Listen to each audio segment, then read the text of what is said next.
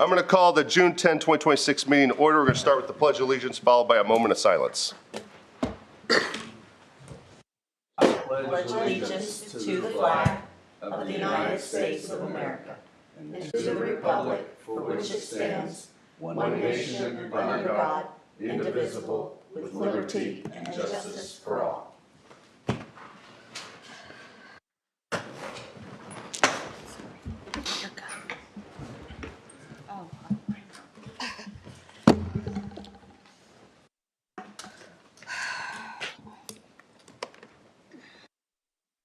All right, we'll begin with the CF1 approvals. Nicole, if you could please come forward.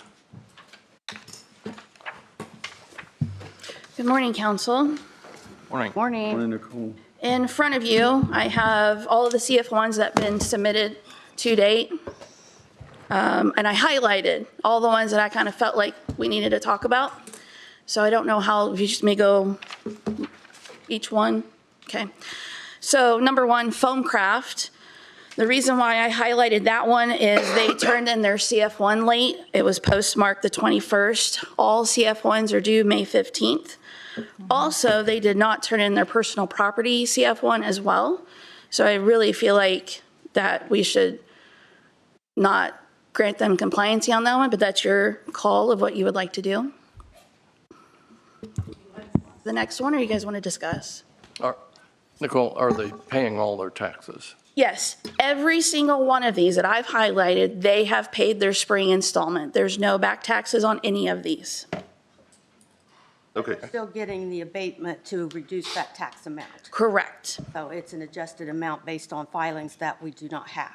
Correct. Well, they're filing for next year. So this filing is for 26, pay 27, but Yeah, referencing the personal property. yeah. They get, Foamcraft has a personal property abatement? They do, yes. Do we want her to go through the whole list before we review and discuss the, or are we Yeah, talking- I think it was smoother last time if we just have her go through the list real quick and then I don't think any of us can really say anything about the ones not highlighted, so I believe those are going to be approved. But we'll just go through the ones that are highlighted. Okay, all right. Number three, also, I kind of want to reference, I did pass out a map that kind of shows the empty warehouses. So I highlighted all those warehouses are in red. I worked with John Milburn in the surveyor's office, and he was able to make this nice map. He's really good at his maps. So referencing number three, the CIVF Park 70 Partners, which is on your map, they said that they were going to have 30 employees. They reported no employees. Last year, they had 35. I kind of went through history on that one. I didn't type it out on here. It was kind of all over the place, but majority of the time, they have always been above their SB1. So we've never had any issues with them, except for this year, there's no employees. So I wanted that one noted. Are they closed? I have no idea. I don't know. Nicole, generally speaking, can you refresh my memory? If we do send a letter of noncompliance, was there like a 30-day window? Is that, if we didn't hear people till August because of the budget, is that allowable, the timeline? From what I understand, that is fine, because we have to make some sort of ruling on the CF1 that they sent in. We have 45 days from the submission of the CF1 to make some sort of ruling on it. If you don't, then it's automatically granted compliancy. So if I can send those letters out, and we did this last year and years before, where I've sent letters out in June for an August meeting. Okay, perfect, thank you. So is that a tenant building? Is that not owner occupied, correct? I don't know. You don't know any of that? I don't know. Okay, so we don't know if anybody's even in there. I don't. And the company is paying the taxes, but they Yes. are receiving the abatement. Yes. Okay. And they are in year 7 of 10. Okay. All right. Number 6, Chill Pharma, Ambrose number 2. They said they were going to have 125 employees. They reported no employees. Last year's filing, they had 42.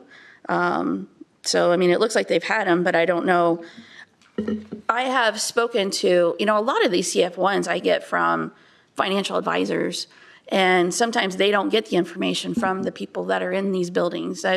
I've been talking to a guy, they're actually going to be presenting today, that they just weren't getting the information that they were requesting, but they have a deadline to turn in the CF1. So they just turn in the CF1. So that's kind of what I'm getting.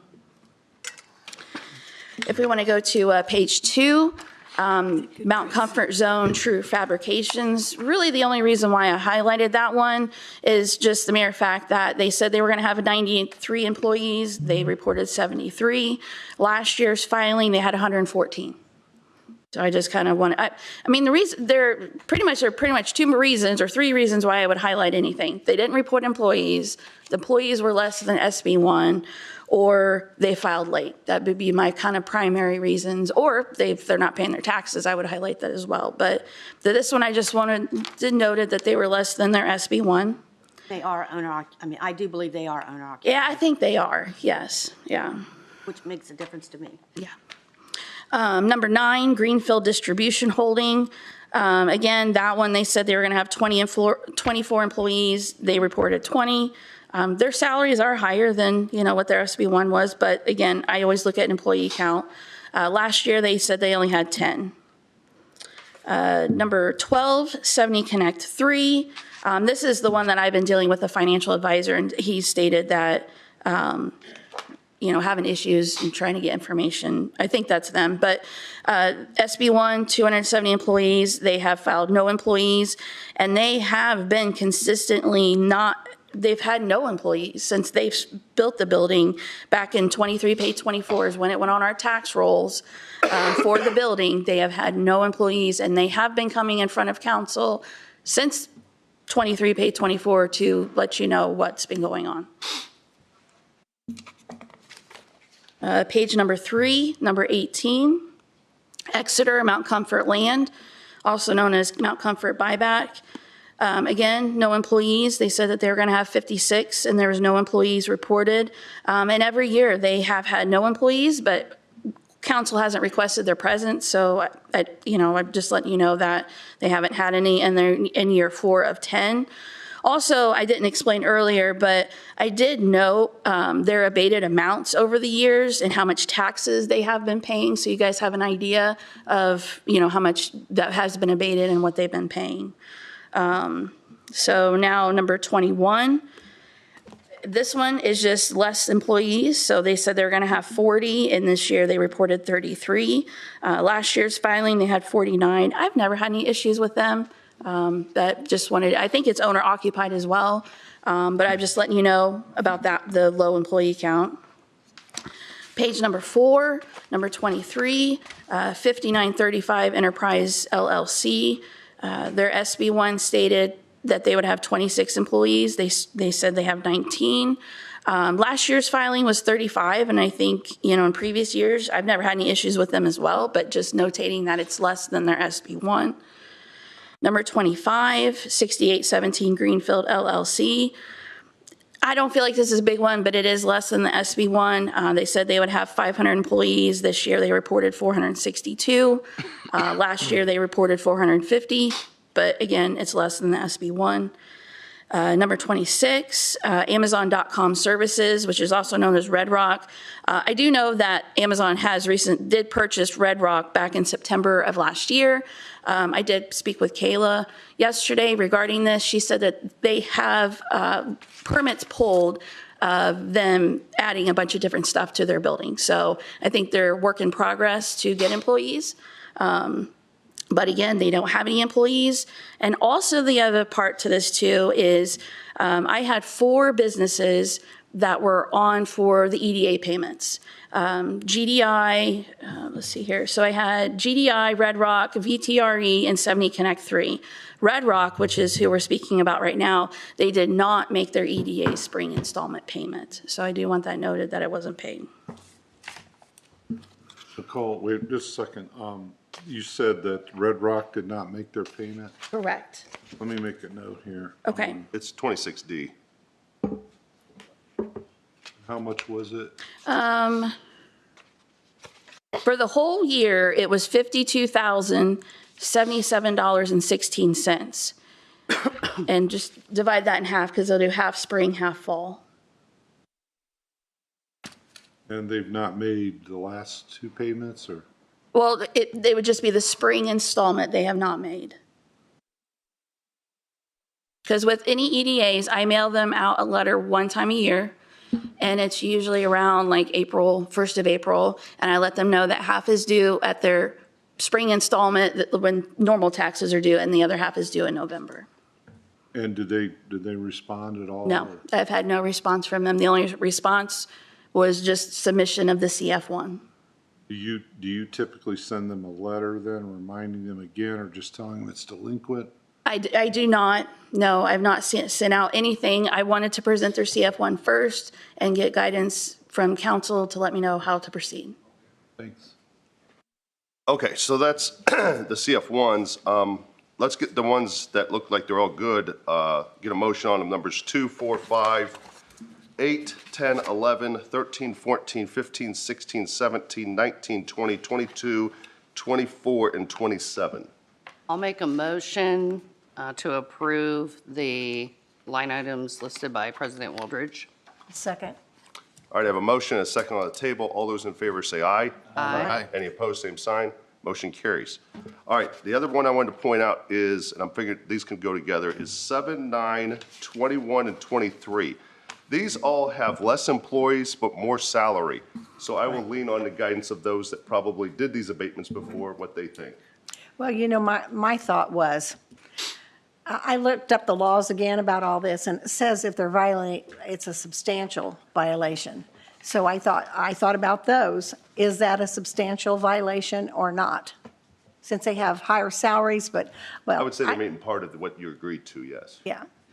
Yeah, I still believe, I've been consistent on this, that if you are paying higher salaries on a somewhat smaller head count, I am okay with that. You know, there's been a ton of inflation since these abatements were approved and more technologies. And so as long as they have salaries in excess of what they said, I'm agreeable with that.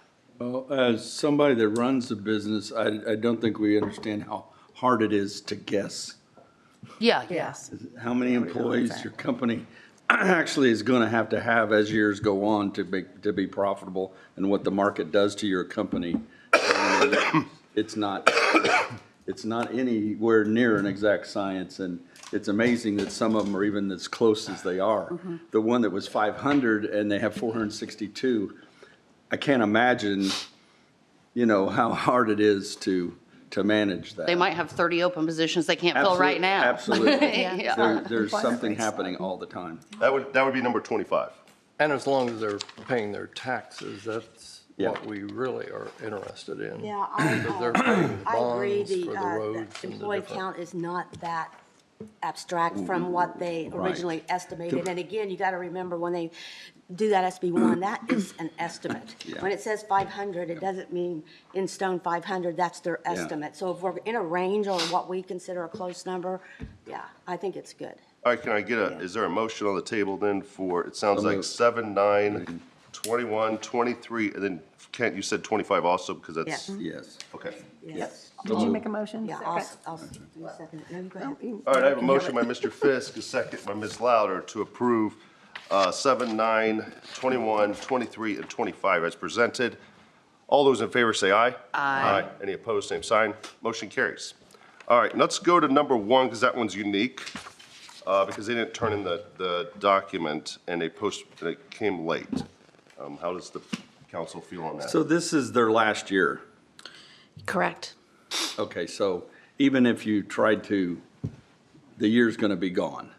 Yeah, so what you would be approving would be the real property CF1, not the personal property. Right, and on the 10th year, it's the lowest of all. 10%. And so, I mean, I think it's at this point, it's probably not conducive for us to spend 3 or 4 months chasing him. Yeah, they're only highlighted because their filing showed up 6 Right. days late, right? They're, Right. otherwise, they're not And they haven't turned in their non-compliant. personal property. Yes. Yeah. That was kind of my two. Yeah. Yeah. Yeah, but it's 10 of 10, so.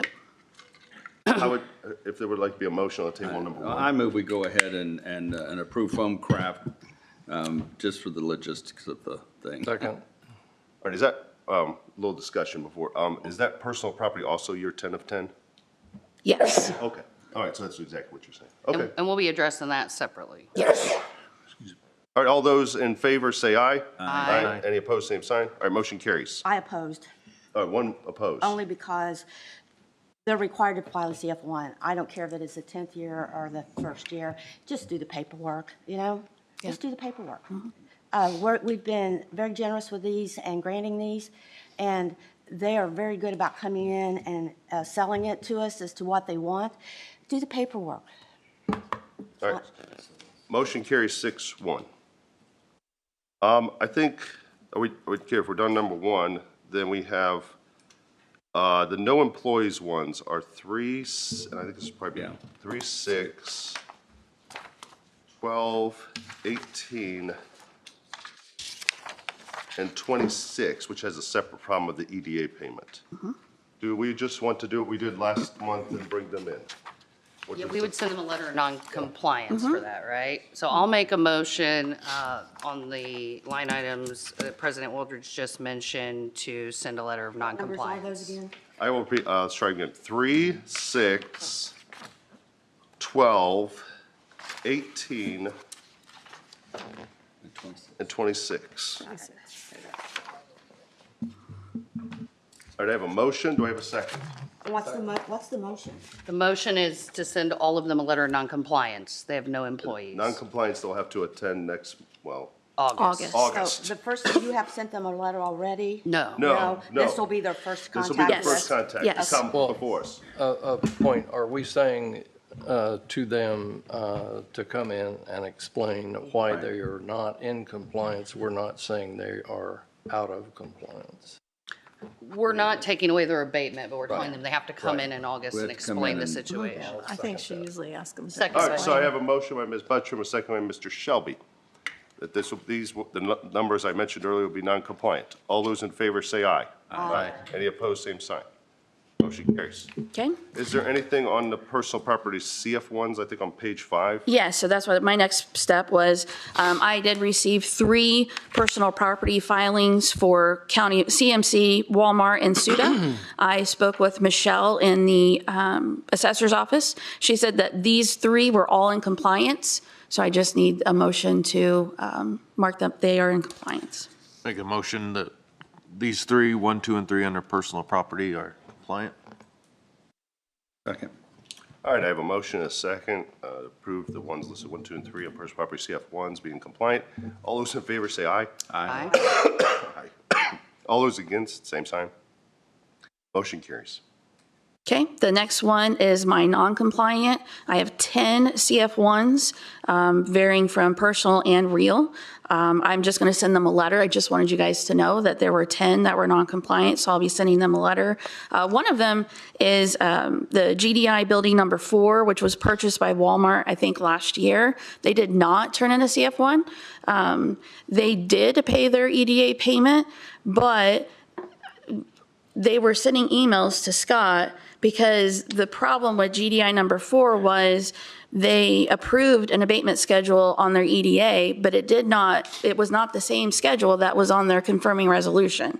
And so they had an issue with that because they said that, and per Scott, we had to go off the confirming resolution to base our EDA payments. Well, if we do that, then they're going to pay more in taxes if they still had the abatement. So I don't know, I'm just giving you kind of heads up of what could conspire. I don't know if they're going to come in and talk to you about that, but the last I heard, we just told them that they needed to contact either council or commissioners and Scott to see what needs to be done to get that taken care I of. remember when that all kind of came about, and yes, the EDA was negotiated differently than what the council approved for the confirming resolution, and it was decided that the confirming resolution trumped verbiage just written in the EDA, so Yes. I would assume that they need to follow up on that, or they're going to need to pay based on the resolution. Correct. Yeah. I don't know for sure that it's this property because GDI does have more than one, but GDI was the very first EDA negotiated. So it would not surprise me if this was part of that this is. Guinea pig transaction. Yeah, yeah. Well, when all this transpired, and then we have people purchasing other buildings, and we have everything, that we're gonna have to be a little flexible on the paperwork and how it goes and everything. It's not the end of the world that there's gonna be situations come up we didn't foresee, Right. so. Right. It's not a perfect world. So Nicole, these 10 are a mix, you say, of real property and personal property. These are ones that we voted on already to send the letter of noncompliance, or? I mean, I don't think it I don't Or think they it. just didn't file anything? They didn't file All of anything them? at all. All of So, them, okay. yeah, so I was just pretty much going to be sending them a letter after this meeting to let them know that they did not file their CF1 and then Okay. try to schedule a go time out for with them those in 10. August. Do you need a motion for that or no? I don't think so, All no. And then the last thing was just the empty buildings. I just want it noted in the map that John created. And then if we go to page 6, we're going to then go into people that are here that I presented their CF1s last meeting. And then you guys wanted them to come back. And so the first person that I have coming up would be a representative from 70 Connect 2. Just kind of a back history on this. Their SB1 said they would have 270 employees. They submitted 18. It was also low at last year's submission as well. They did tell me that they were having issues with the representative from the tenant telling them how much their account was. They're in year 510. They have the abatement fee. I noted the years of the abated amounts, the taxes they paid, and then just noted that they were part of the EDAs, but they don't have payments. We actually gave them a forgivable loan and how much that loan was. So if there's a representative from 70 Connect 2 here.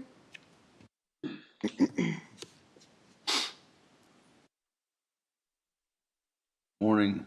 Morning, everyone. This is my first time doing this, so apologize. So I'm not with 70 Connect 2, I'm with Houston. So I don't know all the information. What I was informed of was the location with the address of 7383 West County Road 350 North.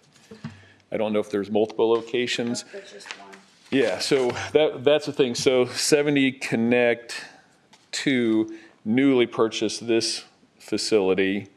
So that's the only one I can speak to. And so that's the CF1 data we provided to them for our facility. Our facility, I think we reported to them because we weren't sure if it was to include full-time Houston and temp associates as far as total people in our building. And I'm open to that. You know, what is the answer for that you guys are looking for? Total employees in the building, or is it supposed to be Houston specific? Let me pause there. So you're in 70 Connect 2. You're a tenant or you're a representative? We're a tenant. You are a We were tenant of 70 asked by Connect 2.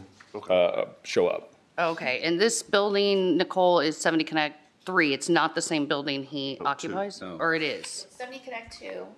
Okay. And, when 70 Connect 2 came in, they said they were going to build a spec warehouse. I don't know who the tenants are. So, I mean, for the CF1, we need the whole entire count, all the employees that are inside that. Yeah, including temp. Yeah. Do you have with you how many people are employed in your building? In our building, currently 37. Last year, the information we gave back to 70 Connect was 18 at the end of the year because we only gave them total use and associates. And our head count can fluctuate like you guys were talking about, but typically we're in the 25 to 30 range, but we're currently at 35. Usen Logistics, Yusen. I believe we've been a tenant at that site for 4 years now. I've only been with the company a year myself, so. Are you the only tenant in the building? In that building, yes. Is there any other empty space in that building that you're aware of? No. So you've used the entire building? Yes. Okay. Do you have a lot of machinery? Do you know if you have a personal property abatement on equipment? Like forklifts mainly, Okay. yeah. Do you guys ever foresee hitting 270 employees? No, no. We actually have another building, but 70 Connect 2 only purchased this building, and that one's only got like 12 to 15, so our business isn't that labor intensive. And how, And then how much, I know we added to 37 employees, how much is the total salaries you pay out in a year? Are you aware of I'm that? sorry. Do you know what the total salaries you pay out in a year to everyone? I have enough information. I don't know if you have that. So with you. last year, total indirect and direct labor was 1.78 million. And this year we see us trending at 1.9. Okay. That's sufficient. Do you have a lot of semis coming and going from your business? Yeah, 30 or so a day. Okay. What I see is 70 Connect came in, asked for an abatement on a spec building, estimated if we lease it, this is how many people we're expecting to be employed by the company that's going to lease our building. And then time passes, and then this gentleman comes in and says, I'm going to lease your building, but I only employ X number of people. I don't employ the number that you estimated on your SB1 to qualify for your abatement. So this gentleman's doing his part. They are not receiving an abatement. He is paying his taxes on his personal property as other companies do. So the question to me is whether or not 70 Connect 2 oversold their employee count and salaries at the time of the abatement, or it was just a dart on a dartboard that this is what we'd love to see, but until it's actually leased, nobody knows the answer to those questions on spec buildings. They could employ 100 more than what they estimated on their application. You just don't know, and that's the problem with spec is it's spec. It's just speculative, and you cannot foresee what the exact numbers are, even maybe sometimes the range is going to be. So it's whether or not the council can continue to feel comfortable with spec buildings not meeting what their SB1 says. How long is your lease through? I don't have that information. I apologize. I want to say we're maybe halfway through the lease, but I'm not sure. Okay.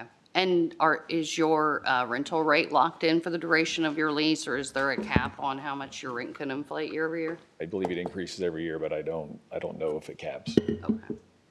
Just out of curiosity, because we often ask this, how many employees, or even yourself, live in Hancock County? For Houston, Yeah.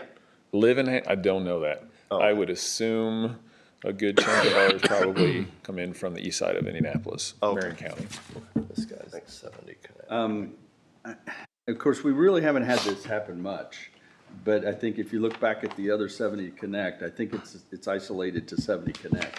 Because if you look at their estimate for the other spec building they built, it's exactly the same, Yeah, it's 279 $279.5. and $9.5 million. So when they filled out the paperwork back then, they just assumed every building they have would have the same employees and the same. It was Yeah. just a wag. I know, and when you look at it, you look at this building and how much they're paying in taxes, you compare it to ones we've already approved, he's very similar in terms of employees. It's not like he's way low or way high. But I mean, if you look at the other 26, I mean, everybody's not too far off, except the ones that for some reason aren't telling us to have any employees or whatever. But I mean, everybody's, so it just seems like to me, whoever 70 Connect was using at the time. They know what And in a way, the fewer employees are good for us today because we have such a low unemployment rate. As long as they're paying their taxes and pay well, why aren't we I better really off? appreciate that they sent you the tent, just so you can explain more to us. Very appreciative of that. I hope everyone does that in the future, that we can, because it's nice to hear what's going on in there. Sometimes we get tours of some of the buildings, sometimes we don't. So Sure. it's good to know what's going on and to hear about it. So Yeah, it's not your fault that Yeah. they No, I can only speak to that believe building, so, there'd be a couple and I'll let hundred them people know and there's if they're not. looking for a total account. So. Thank you. All right, Okay. we have to vote whether to that he's in compliance or non-compliance. Yeah, I mean, I think there's two schools of thought here, and I mean, I'd be interested in what the will of the rest of the council is. If, one thing I was gonna consider is if, a developer had two buildings and one of them looked non-compliant, but they had overcompensated in their other building, and that was just the way they ended up, but this is the same developer who we're gonna have in for no employees in their other building, so, that wasn't the answer. Clark, you have any thoughts?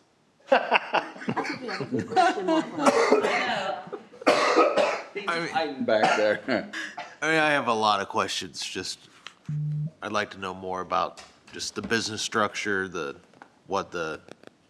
just how it all looks under the surface and how this plays in, and then, would Houston ever be interested in purchasing the building, becoming, more of a partner in Hancock County versus the speculative developers, but most of it's outside the scope of this conversation. Right.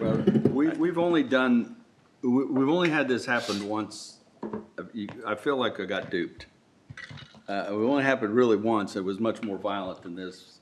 The battery people said they would have 1,000 people and they had 30. And we pulled their tax abatement. But waited a long Yeah. time before it got pulled. So, but this is the first time, that's why I said, none of these other vendors have been this far off or had just give us false information. I don't know at the time how they derived the 270 number. Was it an industry scenario or something? Well, and I if don't- if you remember, we insisted, even if it's a spec building, that we wanted this information. And then, like I said last time, was then one of the companies said, you have to realize that somebody else is guessing. They don't even know who's coming, and, they're just guessing what it's going to be. So, that's on us a little bit, because we insisted that they fill that in, and Yeah. they told us that it's just a guess. We don't really know. So- Well, I say thank God we did, because otherwise the benchmark was 0. Right, Here's your yeah. abatement and you don't have to do a thing. We're not asking a thing of you. So I'm glad we made people Yeah, give but an everybody else estimate. guessed pretty well. I mean, you Everybody go down the did. thing, 40 and they have 33, or, and then 40 and some have 83. It wasn't, somebody said, oh, we're gonna have 500 employees and they have 10. Did one of you say that two of their abatement, or two of their CF1s for two different locations had exact same numbers? Yeah, 70 Connect Number 3, 12. 70 Connect, Number 12 on your list is 70 Connect 3. yeah. I guess the pressing question I would like answered for this conversation is, other than the taxes that 70 Connect 2 pay, I would like to know what the economic impact Hancock County that Houston provides above and beyond. Now, I doubt anyone has that answer. If you haven't, spit it out, but I'm guessing you don't. So I just look to a lot of times decisions are made, and then people later on have to clean up those decisions, and it's no one's fault. There's climate changes. I just look at the future, and I know we have the asset of the airport, and it looks like, I just looked real quickly about Houston, and it looks like airports are pretty strategic, and I would hate to make a decision here that then forces Houston out, and then we go from That's my 5 concern. empty buildings to 6 empty buildings. And so, Why would it force him out, though? He's Well, at least. Because by the property taxes increasing, the They'll increase their developer, lease rate. they'll probably put It'll it, be a triple net lease that they'll like a renter increase the tax part of it. that's why I yes. asked if his rent was locked in for a number of But years. yes, you did ask that, so. And it's not. Yeah, and that's important. I'm guessing for us to know. Houston could go somewhere else pretty quickly if they did not like the terms of their next year's lease. So then we would have another empty building. Right. And we're basing our bond payments on these people. They're in the factor. Well, we've already said that 70 Connect 3, the other one is non-compliant. Well, they'll come in next month. And they'll come in next month. August. In August, or they'll come in August. And then we can, I don't know if there's anything at this point we can do with 70 Connect 2, but, we can beat them up over 70 Connect 3 maybe and see what the future holds for that. But I'm not for, right now, I'm not, I think we got a tenant in a building and, I think you got to beware too, again, if the terms of lease changes, Houston leaves, 30 semis is 30 semis, but then another tenant comes in that has 300 semis. So I think To get it's, those 270 employees. yeah. So, I mean, I do hear a lot from folks about the roads and the traffic. I think, 30 semis is more than 0, but it could easily be 300 semis. So I think we need to factor that in of listening to folks that we know that's a number we know. Let's not Right. change something that we know for someone that we don't know. If I could interject, Randy just told me that Houston apparently has 3 buildings in Mount Comfort area, and they're looking to expand to at least 5 more. No, or total of 5. Oh, yeah. Total of 5, sorry, total of 5. They're a logistics firm. County. Yeah, And don't we want to make it easier for them to lease these buildings? We Take don't, away the abatement, why it makes it harder. we don't, even if, if we took back the abatement, they're paying what they would pay in property tax on 30 employees or 270. And one thing we've found is that many of these jobs created in that area do not end up being worked by Hancock County residents, which is where we would collect income tax. And so, I don't know that we net better off to have more employees in there tax-wise for the most part. What bothers me a little bit is that you have your tax-paying buildings down there that are not under abatement. Either they had it and it's ran its course, or they never asked for it to begin with, and they have to compete with a lease, per square foot lease rate, the same as these buildings that we have under abatement, which will, I assume, charge a lesser lease rate because they are abating part of their tax bill. So it almost becomes an unlevel playing field between the abated properties and the ones that are not abated. And I just want to keep in mind that those companies that are paying their taxes, that have not asked or have fulfilled their commitments, are competing against these companies that have the abatements but not fulfilling their commitments to us. And we're okay with it. So that's how I feel about that. Competition with I'm with Boone Ken. County and Like Hendricks Brennan County wants and 70 Johnson County. I think County. we take a hard look at 70 Connect 3. Yeah, they'll be So- in August, So do we have a motion and we can see how everybody votes? Well, I'll move that we go ahead and approve the CF1 for 70 Connect 2. Second? I have a motion by Mr. Fisk, second by Mr. Shelby. Any discussion? All those in favor say aye. Aye. Any opposed, same sign. No. All right, motion will carry 6-1. All right, number 2 on the list. So number 2, we have Indhland LLC, GDI number 2. I presented the CF1 last month's meeting. SB1 said they would have 25 employees. There were no employees submitted. Last year, we had Terry McCardwell speak on behalf, saying that they were having a problem leasing the building. They will be in year 4 of 10. They have an abatement fee. Also, that this was part of a resolution where they would build 3 buildings. So far, there's just 1. And then I just noted down how much abated amount has occurred over the years and how much taxes they paid, if we could have a representative from Inland. Is Inland also number 3? Well, it's 2 different ones. Oh, it's 2 different ones? I don't Okay. know if you're. Yes. Oh, okay. There you go. So speaking on both 2 and 3? Okay. Yes, I'm Peyton McCardwell, Indhland, which is also GDI. It's the same, similar entity. So can speak about both of those buildings. Which one was first, the vacant one? The first one, yes. Okay.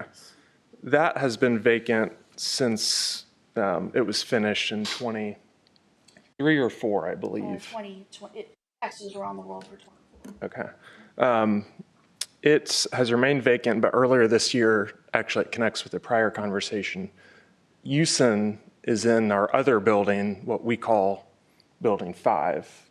It's the 300 square foot building. They've been in that for a few years, and they're actually using our vacant building. They have some overflow space.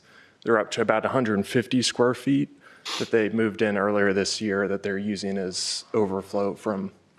They have their 70 Connect 2, which is not ours. They're building our Building 5, and then this is their sort of third building in the park.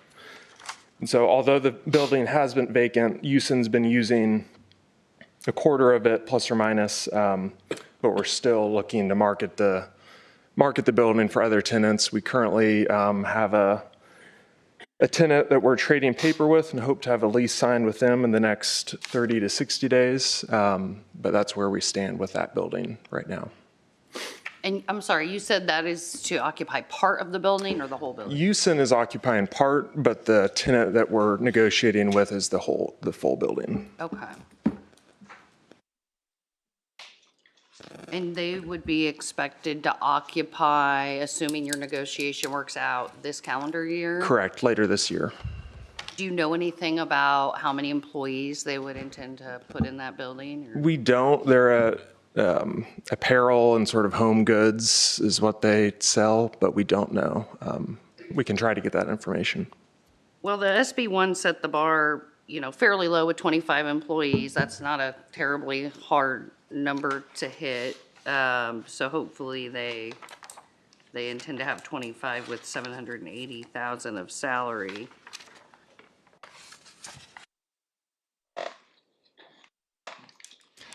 And I will make one more note to echo what Randy said. Our understanding is USIN is sort of doubling down and making a commitment to this area. We've heard that they're a 3PL for Amazon, and they've apparently done very well in meeting Amazon's high standards. And so are planning, they've increased their overflow space in our building, and so we would love for them to keep doing so. Is it okay to go ahead and talk about, since he does both these buildings, is it okay to talk about both of them? Can you go ahead and tell us about the next one that has 22 employees? Yes, I don't know if you want to make any comments on that. I think we wanted to confirm because I think to the dollar, your filing in back-to-back years to the dollar was the same, which just struck us as potentially inaccurate. Can you speak to that? Yeah, so that our understanding is, and the USIN gentleman may be able to comment, but they don't have employees by each building, but they gave us numbers for their whole campus. And those numbers were 60 employees with salaries just over $3.3 million. And so because we didn't have specific to our building, we sort of used the same. What I heard that gentleman say was in their 70 Connect 2, they have 35 employees with 1.8 million. So if you do the math, it comes out to about 25 employees for 1.5 million plus or minus for our building. But we can keep pushing to try and get exact numbers if you would like. So on 3.3 million across 60 employees, it's a $55,000 average annual salary.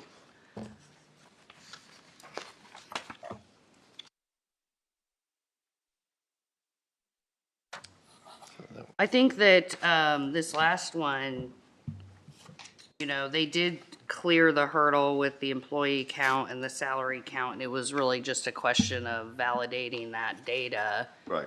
Does anyone have a problem with considering this full campus number, even though they don't all necessarily full-time function out of that particular building? You can make a motion on number 3 if you want, yes.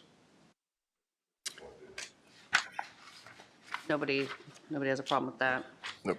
Okay, I will go ahead and make the motion on Inland, line item 3 on the CF1s presenting today, given clarification of employee headcount and salary. Second. Okay, to be in compliance. To be in compliance. Okay, Yes. all right, so a motion by Ms. Buttram, second by Mr. Shelby, that number 3 is in compliance. All those in favor say aye. Aye. Any opposed, same sign? All right, motion carries.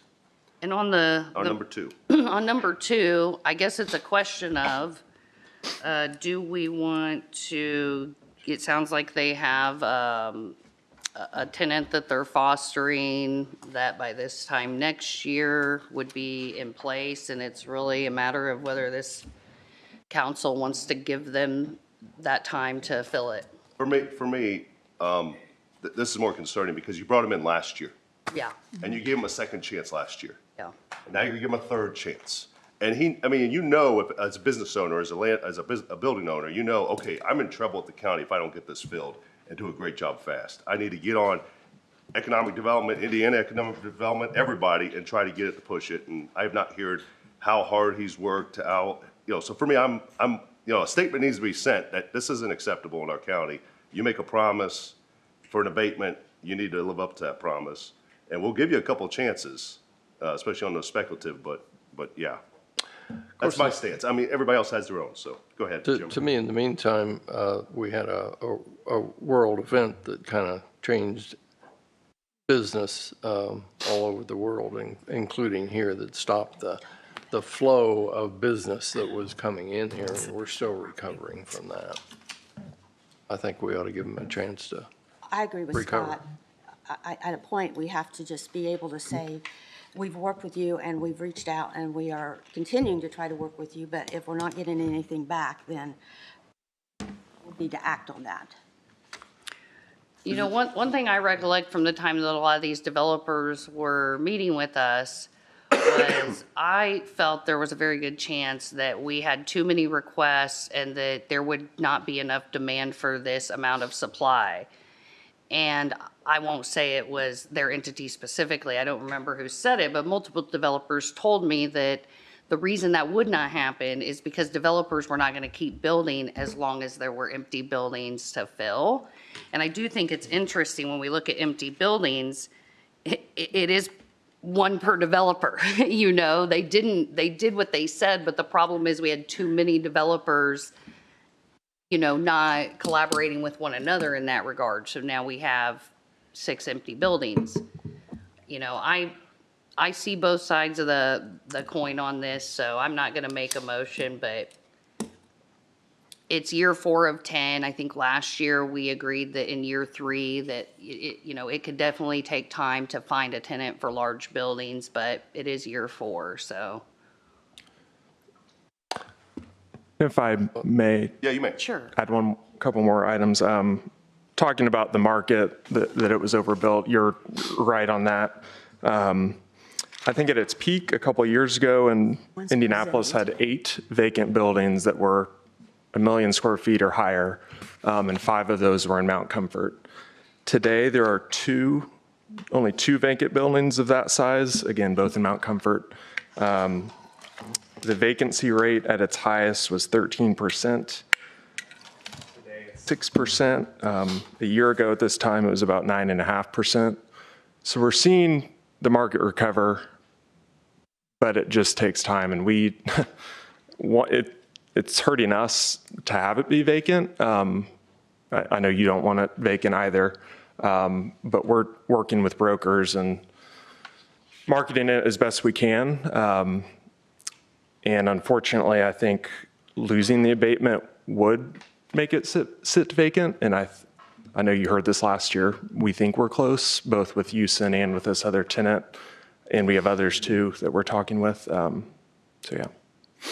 What are the reasons folks have given for not wanting to ultimately sign on the dotted line on this building?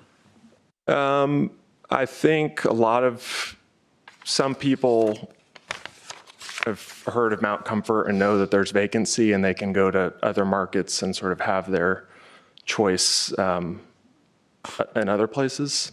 Some want to be in the Northwest Side in Lebanon. It's a popular place with the Leap District, or in Plainfield by the airport.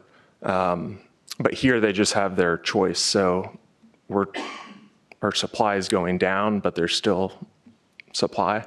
And so it's just harder. They're getting taken off the board, but it's just taking time. I think, Scott, you may know, I believe you can pull an abatement and then reinstate an abatement after they have become compliant to what they originally stated. They would lose the year that it was pulled, but they would, let's say if they're in year 4, we pull it for year 5, they meet their terms, we can reinstate it in year 6 and finish out to 10. We can do that. I think you do have that latitude as a practical matter. I don't know that we've ever done that, but I do believe that's part of the code that guidelines the ability to reinstate. Yeah, I agree that that is true. Is it possible that you could give us a more definite answer on if you're going to have a tenant or not this year in like 3 months? I think so, yes. And then we could at that time, if you say, no, we don't have a tenant, then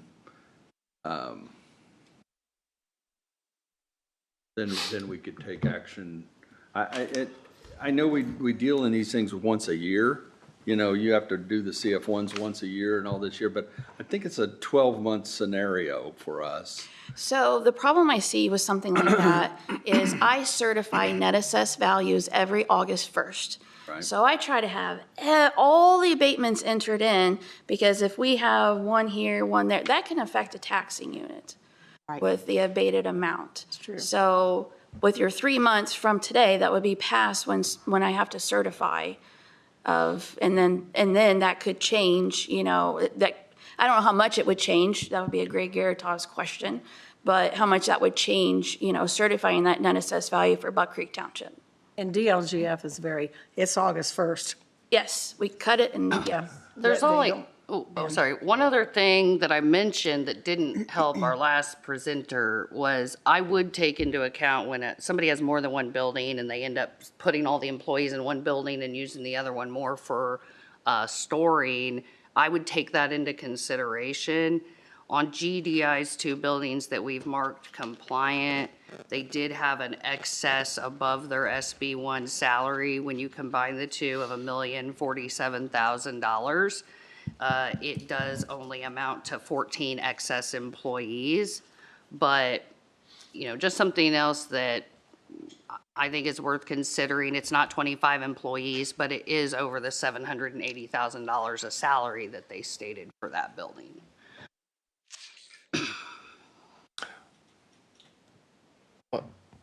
I don't know, on this one, I'll make a motion that we approve the CF1 for this building for 1 more year That's compliant, okay. as compliant. You have a motion? Do you have a second? I'll second it. All right, I have a motion and a second. Madam Auditor, please do a roll call.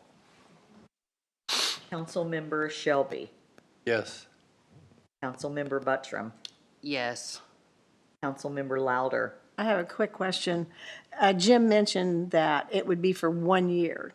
I wanted to make sure everybody heard that, because he's clear down there. Well, it's always for 1 year. It's always 1 Well, year. that's true, but, you know, we're vocally making a commitment for 1 year, and then we'll look at it again next year. But I just wanted to be sure everybody heard that.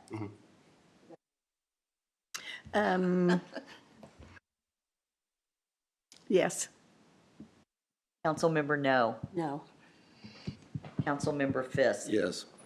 Councilmember Woolridge. No. Councilmember Smith. No.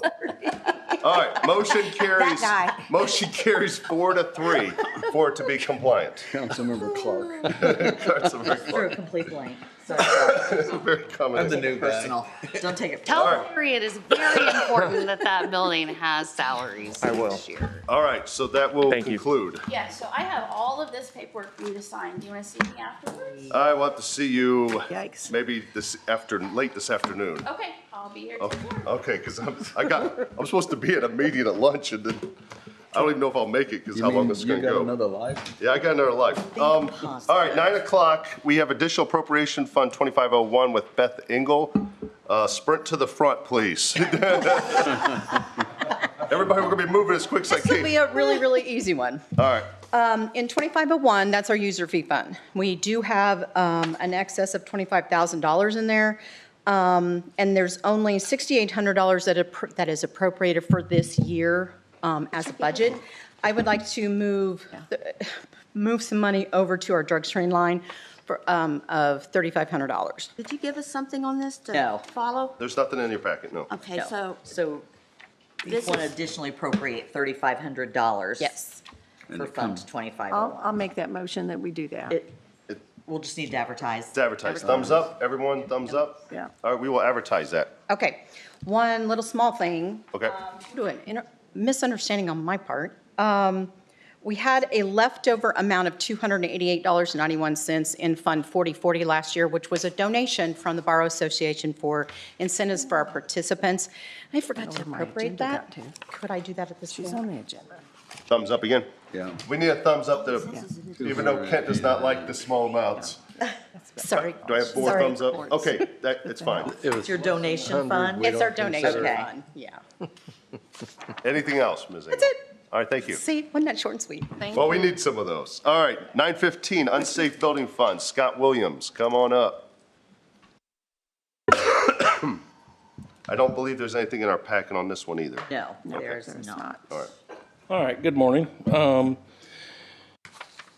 here to ask for money for the Unsafe Building Fund. We went through our unsafe building process with the commissioners and everything, and they agreed to demolish this house. I let it for public bid. The bid has been awarded. Now I'm asking for funding for the Unsafe Building Fund. The bid price is $21,826, and if there is asbestos on the site, there would be an additional $9,000 for that. And the contractor's fairly positive that there is asbestos on there. However, we won't know until it gets tested. So I would like to ask for the $29,826 in the Unsafe Building Fund. How much is currently in that fund? You've got a balance in that fund I do. of, Yeah, 13,700 something.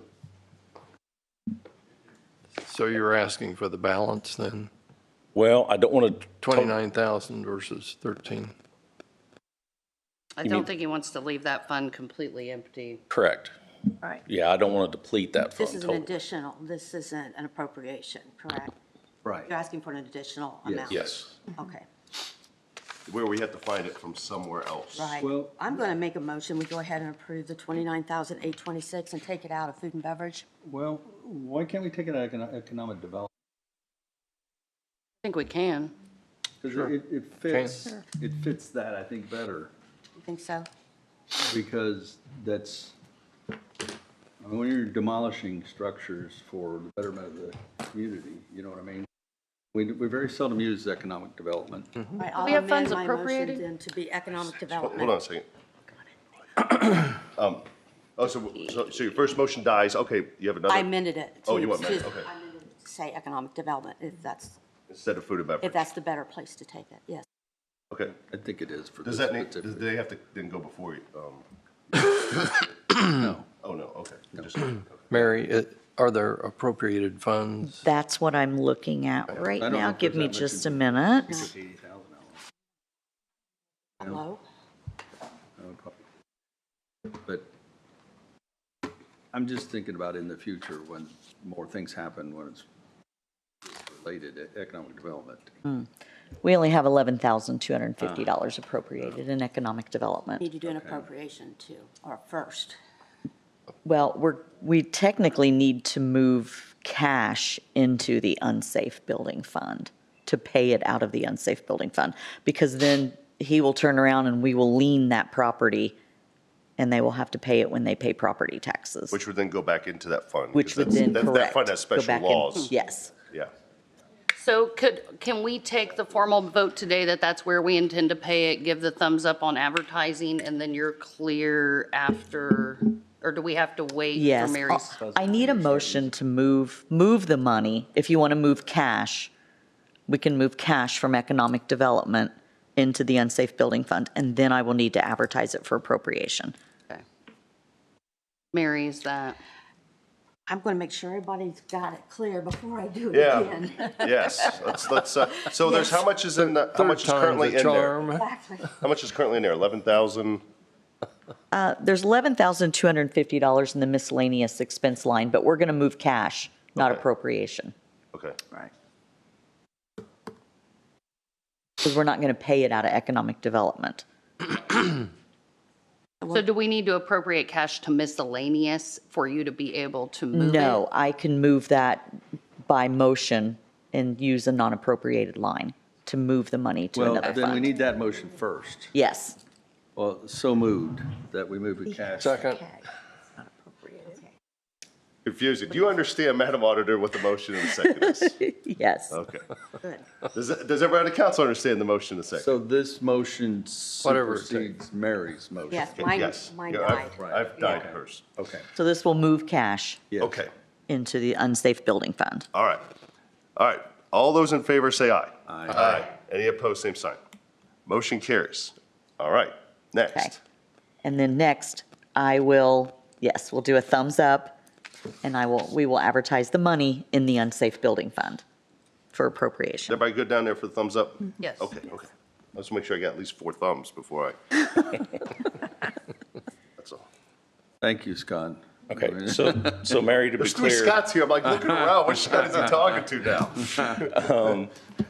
So to be clear, the money won't be in until No, next month. this is going to take a little longer.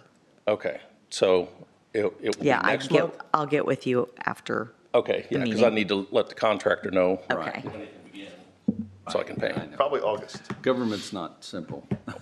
We're fast. Or fast. We probably could do it at our July meeting. We do have a half an hour at the Yes. beginning of the July meeting. At 8 o'clock. be Yep, so 8 simple. o'clock, Clark, 8 o'clock, not 8:30. I told you we'd get there. Kent's always here.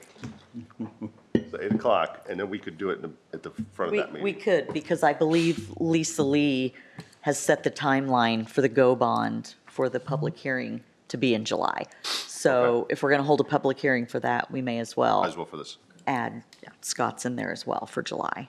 Okay. That's good. I'll be here. Okay. Okay, thank you. Anything else? All right. All right, next up is 9:30 a.m. Parks and Rec Board reappointment, Miriam Rollis. I had a fellow friend that's a Democrat speak to the chair, and they are in good Kelly McLaren's in good standing as a Democrat. They're happy with them, so I did my thorough background check to make sure, because it's actually a Democrat appointment. And so if everybody else is in favor, I'll entertain a motion to reappoint Kelly McLaren. I'd like to hear a speech by Kelly. Speech. He's always quiet. The reason we're requesting to reappoint him is because he serves on our board and he's our elected treasurer. So, and this would be for a 4-year term, if that helps your. Oh, yeah, we're good. Thank you for your willingness to step up on a new board like this. I know there's plenty of room for visioning, and I think it's important to have really quality people at this particular juncture on the board. So I'd like to make a motion to reappoint Mr. McLaren for 4 years. I'll second. All right, I'll give it. All right, we have a motion by Ms. Buttram and a second by Mr. Smith. I'll give it to him.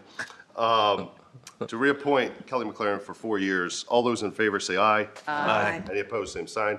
Motion carries. Thanks, And Kelly. thank you. So much for supporting the Parks and Rec Board. It's super important, and we've got momentum, and it's really exciting right now. So, thank you so much. Yeah, no problem. Thank Let's go to action item number 2 real quick. Approve the minutes for May 13, 2026. I make a motion that we approve the minutes for May 13, 2026. I'll second. All right, I have a motion and a second to approve the meeting minutes as presented for May 13, 2026. All those in favor say aye. Aye. Any opposed, same sign. Motion carries. All right, we have about 12 minutes. Is that enough for the budget meeting update? Oh, yeah. Okay, we'll let the budget meeting update begin. Okay, we're going to. That's fine. Oh, yeah, because, First of all, we reviewed all of the county funds and found them to be okay. Garitos discussed the recent lit supplemental distribution, and we decided to put $400,000 from the general fund into the 4,700 self-insurance liability reserve fund. And we passed that. And do we need to do something today on that, Mary? We have a resolution for you. We do. Resolution. And Mary Okay. will distribute that for your Okay. consideration. So we have a resolution we need to pass. there's a copy in our, Well, in a mood. It is hot off the press. thanks. Diana's husband is really, On the sidewalk will be even hotter. Why? everybody getting their way. Oh, it's sunny, too. Well, yeah, we'll tell them anything because they'll give us the money. Ha, ha. Get flooded in there. This is a resolution to transfer the funds, so I move that we approve the resolution number. The number will be 2026-5-5. Second? All right, I have a motion by Mr. Shelby and a second by Ms. Buttram to approve the resolution for transfer of funds, which have been presented to each of you, resolution number 2026-5-5, for the transfer of $400,000 from the Hancock County General Fund to the Hancock County Self-Insurance Fund. All those in favor say aye. Aye. Any opposed, same sign. Motion carries 7-0. Also, Garitas recommended that we give notice that we may want to reduce the library lit for the reasons that we discussed. So in order to do that, we need to pass a notice of possible changes to the appropriate taxing units. And we do have that. It's not a resolution, it's just a notice that we need to send out in case we decide to do it. This is not doing it. But due to the state law, we have to give notice before, I think it's July 1st. So we would need to do that today, give notice. I don't know that it's required, but just for clarity, I'll make a motion that the county council proceed with sending notice of a possible change to income tax, Income tax rate? the special purpose rate. Okay, special purpose tax rate. Second. All right, we have a motion and a second to give the notice for a special tax rate change. Any discussion? All right, all those in favor say aye. Aye. Any opposed, same sign. Motion carries. And the last thing I had was Scott Woolrich, myself, and Keeley were appointed to the Musk group. And I left, and Keeley picked up after that. Yes, from there, we had a presentation and update from Debbie with the Ag Association. The council approved funding, I believe, from food and beverage, some renderings and other planning documents we would need, and we will further consider whether we are funding those improvements at a future meeting with some of that, some of those documents. We did hear about a new SRO deputy for Amplify from Sheriff Burkhart. I think we all agreed that utilizing Hancock County Sheriff's Department was the method that made the most sense over private security.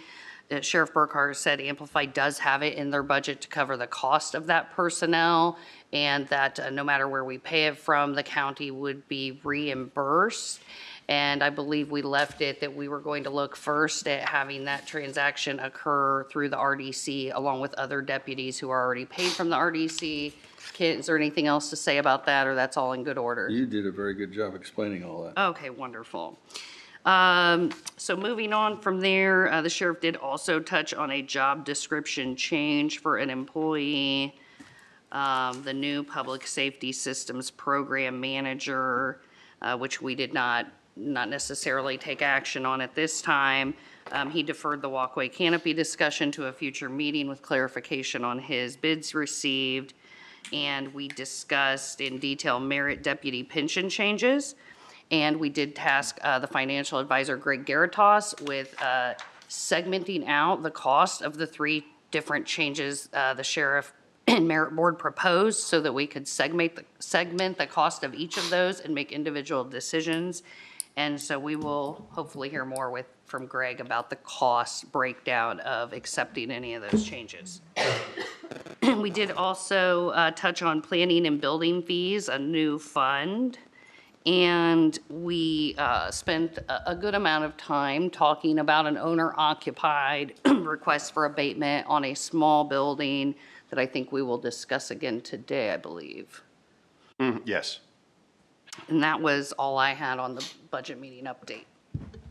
Thank you. All right, that concludes the budget meeting still have 6 minutes. Auditor business, do you have a lot or just a little bit? I actually do not have anything other than just a reminder that the July meeting does start at 8 a.m. and there is no budget meeting on July 1st. That's it.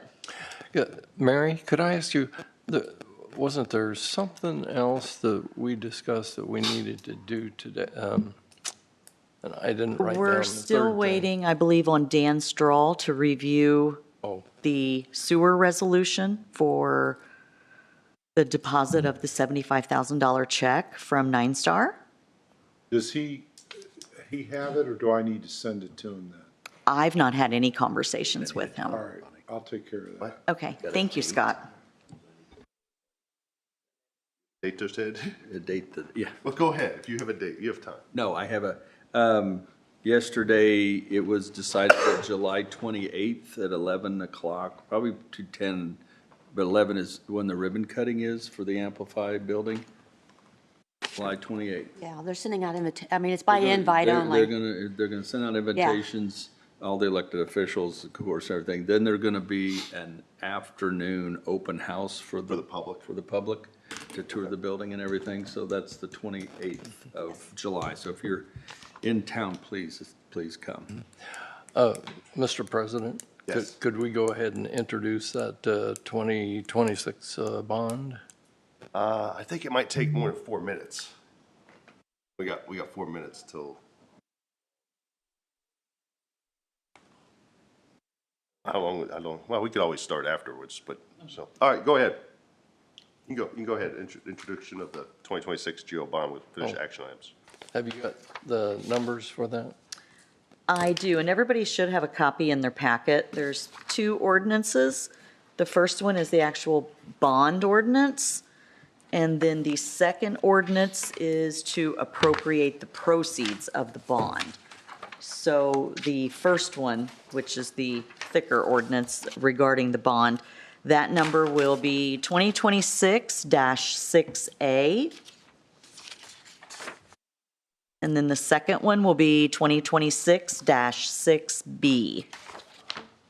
Is that the ordinance, is that the one Yes, page? that is the ordinance to appropriate. 6B, you said? Yes. And I would just, in terms of I don't know if everybody reviewed the bond, but the only thing I noticed that I've talked about before is, I don't know if you noticed, Kent, is how high the rate is. It's 7%. I think it's because somebody that wrote this doesn't know what our Federal Reserve Chair is going to do. We may have to turn to Fisk for his expertise here. just to give flexibility. And really, the only That's thing. tremendous flexibility.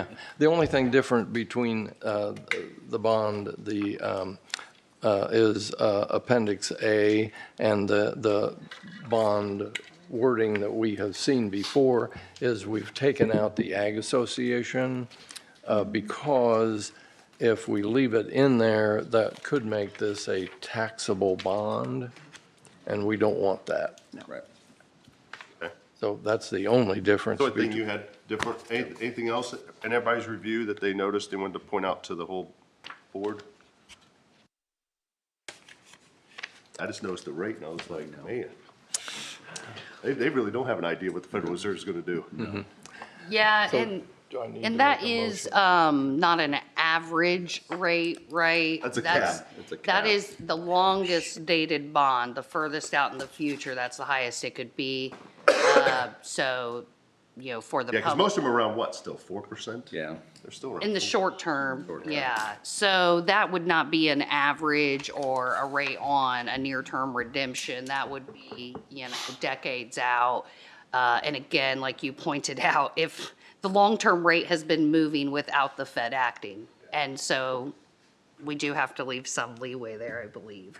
Yeah, and like Lisa pointed out to us last time, if something crazy would happen and it would go over that, then we'd have to start the whole bond process all over It again. would fail essentially. Yeah. All right, so this is the introduction, I believe, of the bond. So I'll move that we introduce bond ordinance 2026-6-A. Is it 6-A or just 6A? 6A. 6A. Just 2026-6A. Yeah, there's no dash between 6 and the A. Okay. I will second Jim's motion. All right, I have a motion and a second on the table for ordinance number 2026-6A, an introduction. All those in favor say aye. Aye. Any opposed, same sign. Motion carries. I believe now there's 6B to introduce. Correct? So moved. Second. I have an introduction of an ordinance appropriating the proceeds of general obligation bonds of 2026, ordinance number 2026-6B. Motion by Mr. Shelby, second by Mr. Smith. All those in favor say aye. Aye. Any opposed, same side. Sign. Motion carries. Anything else on the GO bonds? 4 minutes. I guess we did. I guess I can move this meeting quickly, I guess. All right, let's see, it's now 9:45. We can now do our public hearing at what was set for 9:45 a.m. for the additional appropriation of Fund 1138 in the amount of $63,351.54 for the facility maintenance miscellaneous building expense. I open up the public meeting. Is there anyone that wants to speak on this appropriation? Not hearing any. Is anybody on the council need to say anything about this appropriation? Can we just restate for the record the expenditure funded? It's the maintenance of something in particular. Well, it was This something was- that happened, and I think we got a settlement on it because they did a poor job. And so Yes, we they got a did some settlement. work in the basement, and there was silica dust all over everything, so it all had to be remediated. But the company would not pay the other company that did the remediation, they only would pay us. So we in turn had to pay the other company. And now we received the check from the original company. And so Corey just wants to put it back into his budget because he's at a loss for this amount. Got it. All right, not hearing any more discussion, I will close the public hearing and then entertain a motion. Make a motion on Fund 1138, the additional appropriation, $63,351.54. Second. All right, I have a motion and a second for the CCD facility maintenance miscellaneous building expense appropriation of $63,351.54. All those in favor say aye. Aye. Any opposed, same sign. Motion carries. And that will conclude our public hearing items for the 9:45 a.m. set. We will now begin, since he's arrived, Judge Sirk, if you may come forward. We will now discuss the full-time court manager set for 10 a.m. Oh, you're welcome, Judge. Come, please.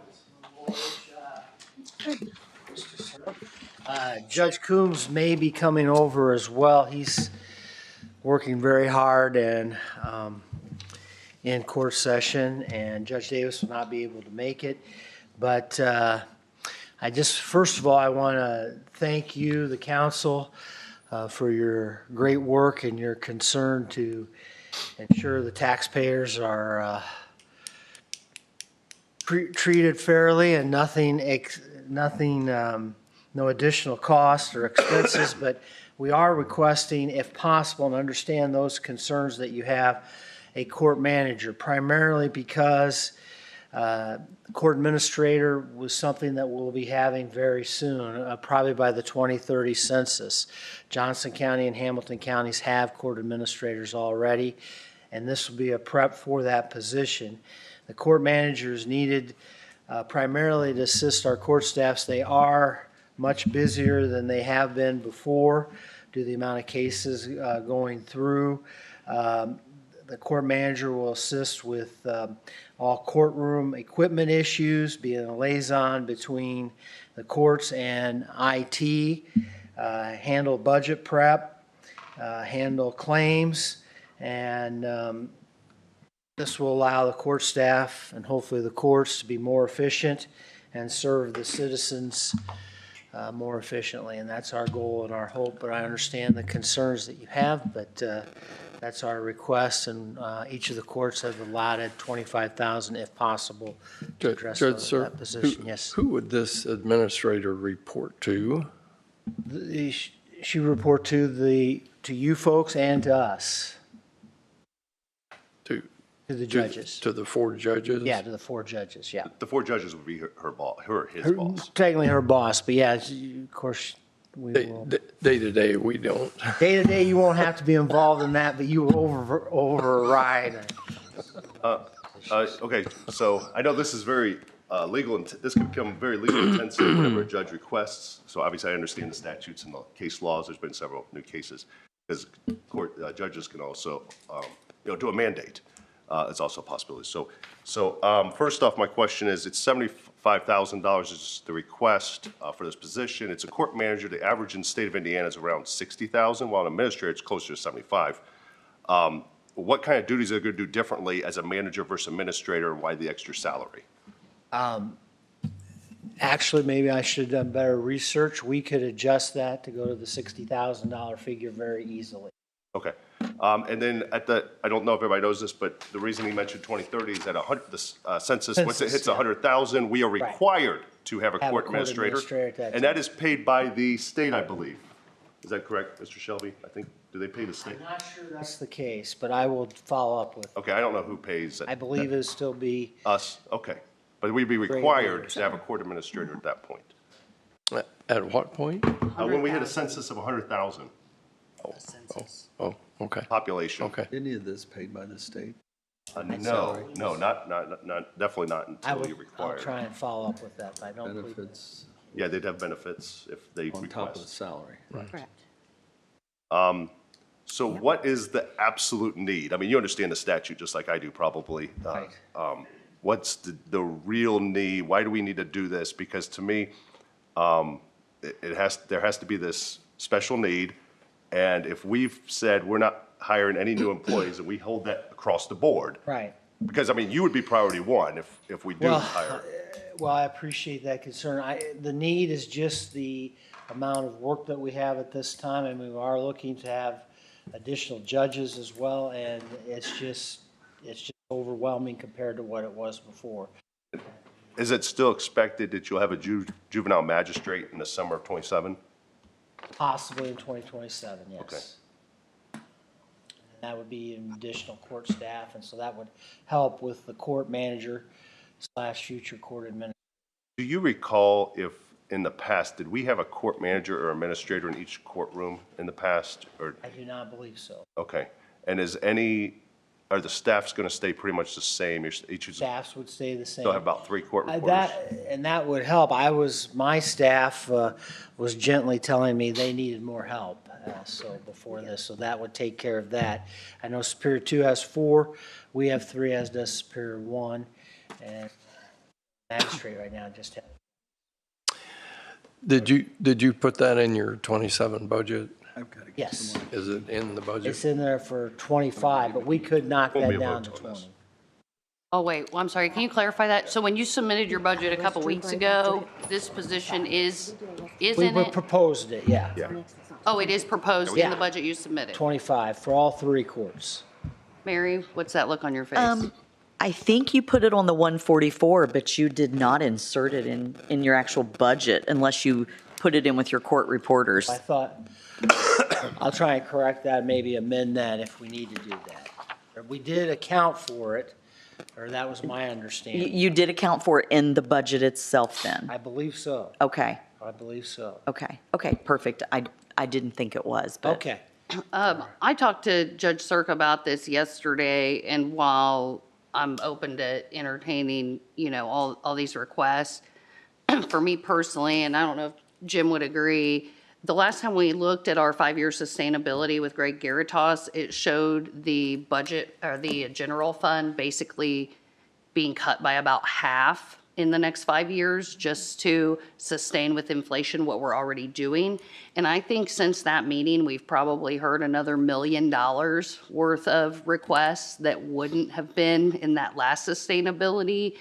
And so I won't be willing to vote formally on adding anything to the budget until I see a new sustainability report. You're not deciding today. It's just listening to the judges. So it shortens our time next month. Yeah. Because they'll come forward. Also, since you're here, Magistrate Coombs, obviously you know the statute like I do. where you guys, the judges can mandate this. So, and there's certain, case laws changed how it works recently. What's the special reasons you think, as a magistrate and then as a future Superior Court 2 judge, assuming no one runs against you, maybe. What do you think about why you really need it now versus when the census hits 100,000 when it's required? Yeah. So we have a couple, either last year or the year before, we came forward and asked for a magistrate assistant, and we split that position between the clerk's office and the courts. And the idea was that that assistant would do 50% of the work for the magistrate assistant and then the other 50% for the clerk. What we've learned since that time is that is a terrible job for whoever holds the job. There's just so much work that goes through the magistrate assistant position right now that assistant is working nights, weekends, just cannot keep up with the workload because there's too much work that goes through it. We actually have the position open right now as the assistant is moving into a different position in the clerk's office, and we can't get applicants because the job is so difficult. Part of this manager position is the hopes that we can use that manager as a magistrate assistant as well, so that we can use a magistrate assistant the way we've been doing, but we can also use that manager to cover additional work for the magistrate assistant to keep up with that workload, because they cannot keep up with the workload. If the magistrate assistant can't keep up with that workload, we either need to have another magistrate assistant or we need to have a court commissioner or something like that that can keep up with that work that's flowing through that office.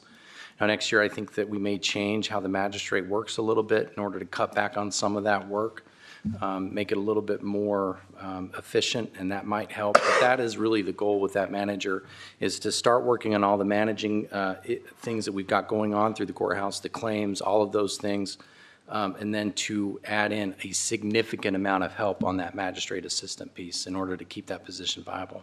That's why I think it's necessary.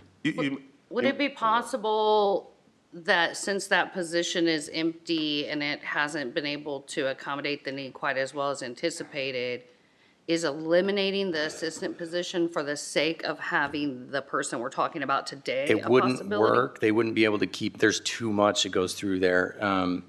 A full-time position might be able, it would be able to cover the workload that comes through there, but it'd have to be designated solely for the courts, and they would have to only do that magistrate assistant position. And that leaves us still with all those claims, the other things the manager would do without help with that. If we can keep the magistrate assistant with the 50-50, they can continue to work with the clerk's office in order to, I mean, that helps with efficiency on getting things uploaded into the file and things like that with the clerk's office rather than sending it back and forth and extending that process. The manager can throw in that additional overflow help and really cover probably about a third of the work that goes through the assistant position. And what about part-time? You know, I realize at some point the data will justify based on census, but would part-time as a solution in the short term still be attractive to you? I don't know that we would be able to get anyone who could take the position. And that's part of the problem that we have with the assistant position right now, is it is a high-level position that requires a lot of detail-oriented work, and it's not fun work to do. When you go to the part-time position, I worry that we may not be able to pay enough in order to actually attract candidates who could do that job. We rely heavily, I mean, I trust the assistant heavily because I send work to the assistant and say, this is the checklist of these are the types of things you're getting. If you see this, this, this, and this on these types of matters, this is what you need to do. And that helps facilitate things, but I've got to have a lot of trust in that assistant that they can actually go through that checklist and make sure that everything is being done the exact way it needs to be done.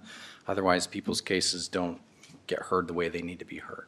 Yeah, and I was going to say this and give some perspective. I know you mentioned artificial intelligence, but I talked to other attorneys too, and my firm is that the courts have gotten, used to be you could ask for a hearing and you get it really fast. The time's getting out a little farther now for us. And also when we file something, it used to be you could almost have it the same day. Mm-hmm. Now you wait 2-3 days. I've heard attorneys saying, man, I need this order. They'll sometimes call the court and put a little pressure, which you don't really want to do as an attorney on judges because, they're the deciders. But, it's been taking more time. And so, I see it. I can tell you the workload, really a lot of that is stuff that comes through the magistrate's queue, and I probably average 100 to 300 tasks per day that come through that queue, and a lot of those get forwarded on to the assistant to finish out. When I first started here as court commissioner 8 years ago, I was getting 60 to 70 tasks per day. I mean, it has increased significantly. I think we can make some changes in order to reduce that, but it's a ways out in order to make those changes. Is that based on cases filed more than anything? I don't- Or There are reasons. I don't know that I really want to get into the specifics. okay. I mean, it depends on how the Seems like cases are it should divided. be proportionate to the population increase over that time, and I'd be interested to see if, Some of the things that I've done some research on other courts. I mean, there are other courts. Howard County, for instance, has a much smaller population than Hancock County, and it's been a few years since I've looked at it, but I believe they had 5 courts compared to our 3. And it may just be 4 courts, but they for sure had more than us, but their population was around 60,000 people. The population doesn't always correlate with the number of cases that come through the county. And that's kind of borne out across the state if you look at the number of courts and the population size in the county. We are for sure growing, though. And don't they have more courts probably because at one time they had a higher population and? I don't know that Howard ever did. There are reasons for Howard. Part of it is, I think, if I'm right, 31 runs through it. There's one of those major highways that runs through it, so there's a lot of traffic stuff, a lot of stops that go through there, and I think that's part of why they have a higher number. Also, how we report our cases has a tendency to, that results in how many courts we get. Our judges have always traditionally been very careful to make sure reports are done correctly so that we don't use more judicial resources than what we are actually entitled to. One thing Jim said, I would just add, 2005, we added court commissioner magistrate. Think about the comparison of judges and courts as there are prosecutors. In 2005, I was in the prosecutor's office. I know this was on you, but we had 4 prosecutors. We have today.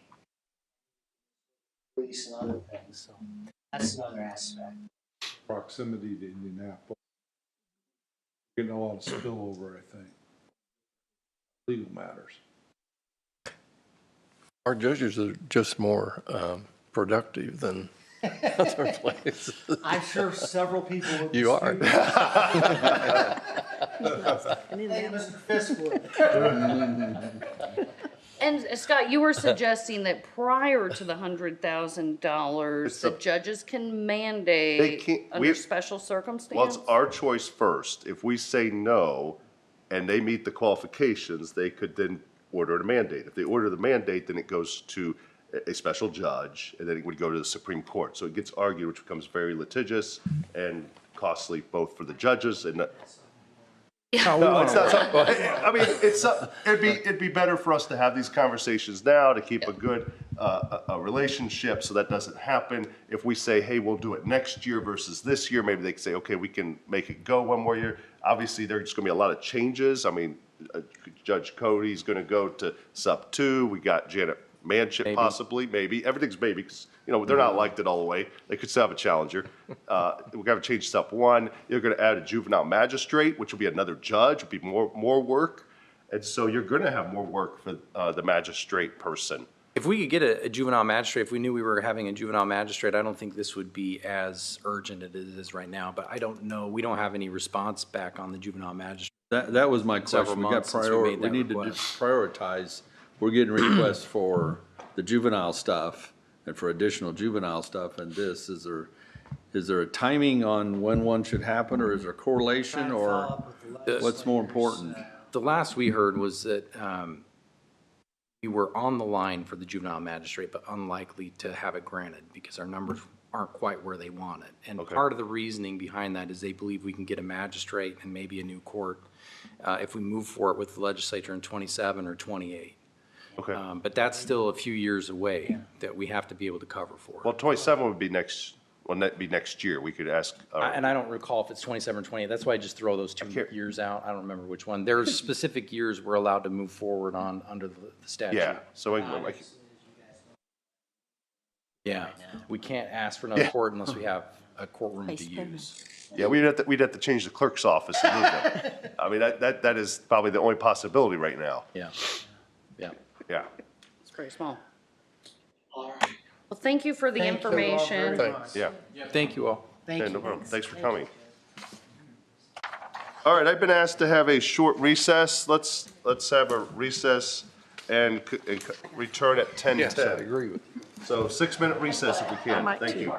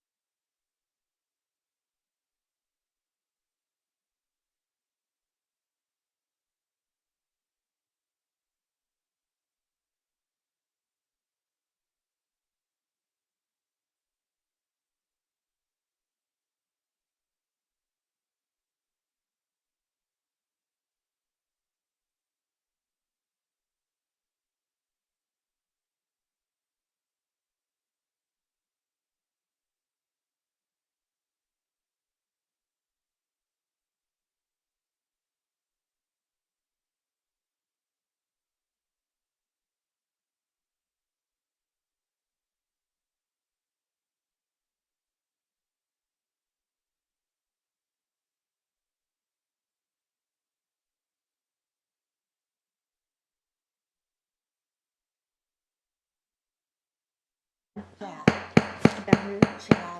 right, I will call the June 10th meeting back to order. Next up on the agenda for 10:15 is the case manager salary correction, IDOC juvenile grant, Morgan Walker. Good morning. I don't believe there's anything in our packet, is there? There No. is. Yes. There is? Is there? Or, Jen's not here. oh, no, I'm sorry, that's That's behavioral health court in your packet. Yeah, no, there's nothing in their packet. I Okay. just have a correction here. Okay. I will start with the community corrections grant. So we received a juvenile community corrections grant. It's new, so Hancock County's never received this grant before. The total amount is $80,810.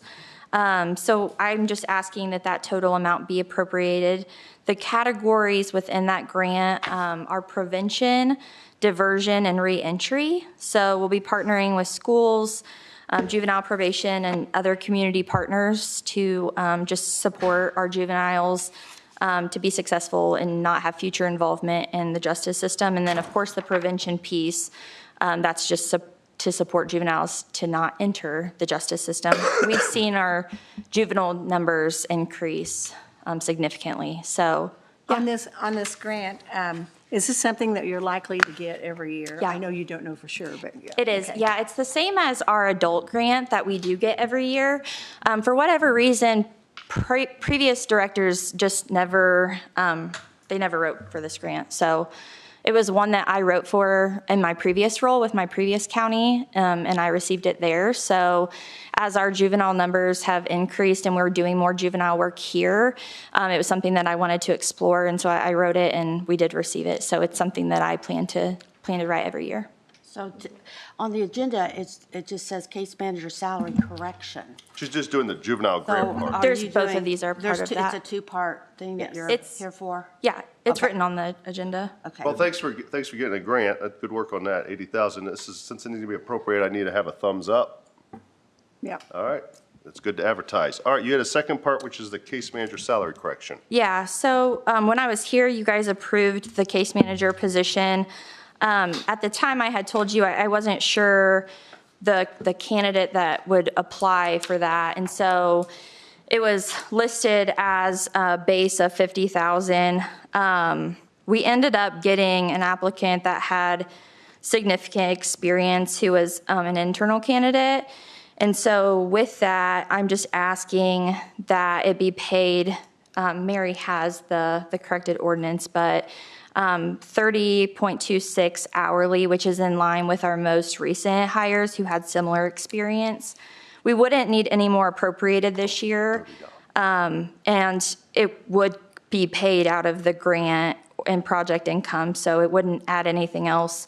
We also pay FICA and PERF, so you guys just pay the insurance, so it wouldn't add anything extra for you guys. It would just, I just need. So is this an internal person that applied for the position? It is. And then you are going to need to hire someone to replace her position? No, internal within the county. It's a different department, she's saying, correct? Correct. Yeah, different department that they hired from. They stole from like a different, I don't want to say which department. Someone else makes it. But this is what happens. We have this a lot where someone, oh, you don't want to work at the courts anymore? Oh, come work with us. We'll pay you a little more. I'm not real clear. What is the correction? What exactly are you So correcting? it's basically 55,000 instead of 50,000 Yeah, a year. because when I came before, and that's my fault, because That was the entry when I level. was here last time, I said I wasn't sure what I would end up needing to offer because I didn't know what candidate I would receive, and so the base was 50,000, and that's what we appropriated, which is enough because it's mid-year. But I'm just asking that the overall salary be higher than 50,000. 55. It ends up being like 55,078 is the overall total. And this is for currently this year and plus next year, it would go up even more? It's for this year. It's for this year. So it's prorated then, it's not, yeah. Yeah. It's effective May 11th, correct? It would, yes. The ordinance says. Yes. So the exact correction, the hourly rate, instead of being $27.47, which is what we approved last month, it would now be $30.26. Because of all of her experience, they want to pay her a little more.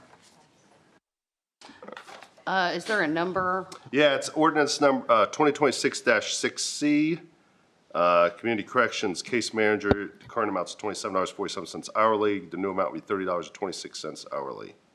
I'll make a motion to approve 2026-6C. So do we have a copy of that? No. No, you do not, but I have the one we'll be signing. Okay, I'll take your word for the, I'll second. till we get it. All right, I have a motion and a second to approve ordinance number 2026-6C, an ordinance amending the 2025-12A salary ordinance for Community Corrections Case Manager from the current amount of $27.47 hourly to the new amount of $30.26 hourly. All those in favor say aye. Aye. Any opposed, same sign. Motion carries. Pass this down to Jim to start the signing. And then Scott, we had talked to Mary about this too, but it wasn't on your agenda. If you're okay with it, we had a check come in for another grant that I wrote for. It's for $1,500, and we were just asking that it be appropriated to Fund 9118. It's all for training. All right, so $1,500, 9118, has the auditor got that? You give that information to the auditor? Was that from the Community Foundation? It is. Okay. Thumbs up, that has its appropriation. All right, thumbs up, everybody's giving it. You can advertise. Anything else? Nope. Any more checks? Yeah, grants are great. Just keep bringing the grants in. We'll keep appropriating and put a thumbs up all the time. Thank you. All right. Next up, set for 10:30, it's a part-time field officer to full-time field officer in the behavioral health, which is one part, and also behavioral health court grant, which is the second part. Tabitha Davis. Morning. Good morning. And this is in there is something in your packet for this. Yeah, I typed something up for you guys. On June 2nd, commissioners approved our part-time field officer position becoming full-time. We had 2 case managers for behavioral health court. One recently took another position in the county. I do not plan to fill that position, so making our part-time field officer full-time will not need any additional money in our budget. It'll just kind of take on that other full-time case manager position. But I do need to reappropriate some funds. So initially for our budget, we had $107,737 appropriated for both case managers. I'd like to split that into 2, one for now our full-time field officer and our other full-time case manager, which would put them at $53,873.50 annually. And then our part-time field officer fund has a remaining balance. This could be off by a little bit. It's just what I pulled this morning of $19,220. We recently changed drug screen companies, and now all of our screens are sent off for confirmation testing, which has improved our supervision of participants. So I'm just asking that that $19,220 be reappropriated for drug screen costs. Are you guys still taking new people into the program? Yes. And then I looked at the specialty courts for June, and behavioral health court's still not listed. I know previously I had spoken to the judge and that you guys were going to get approved this spring, but I don't see it.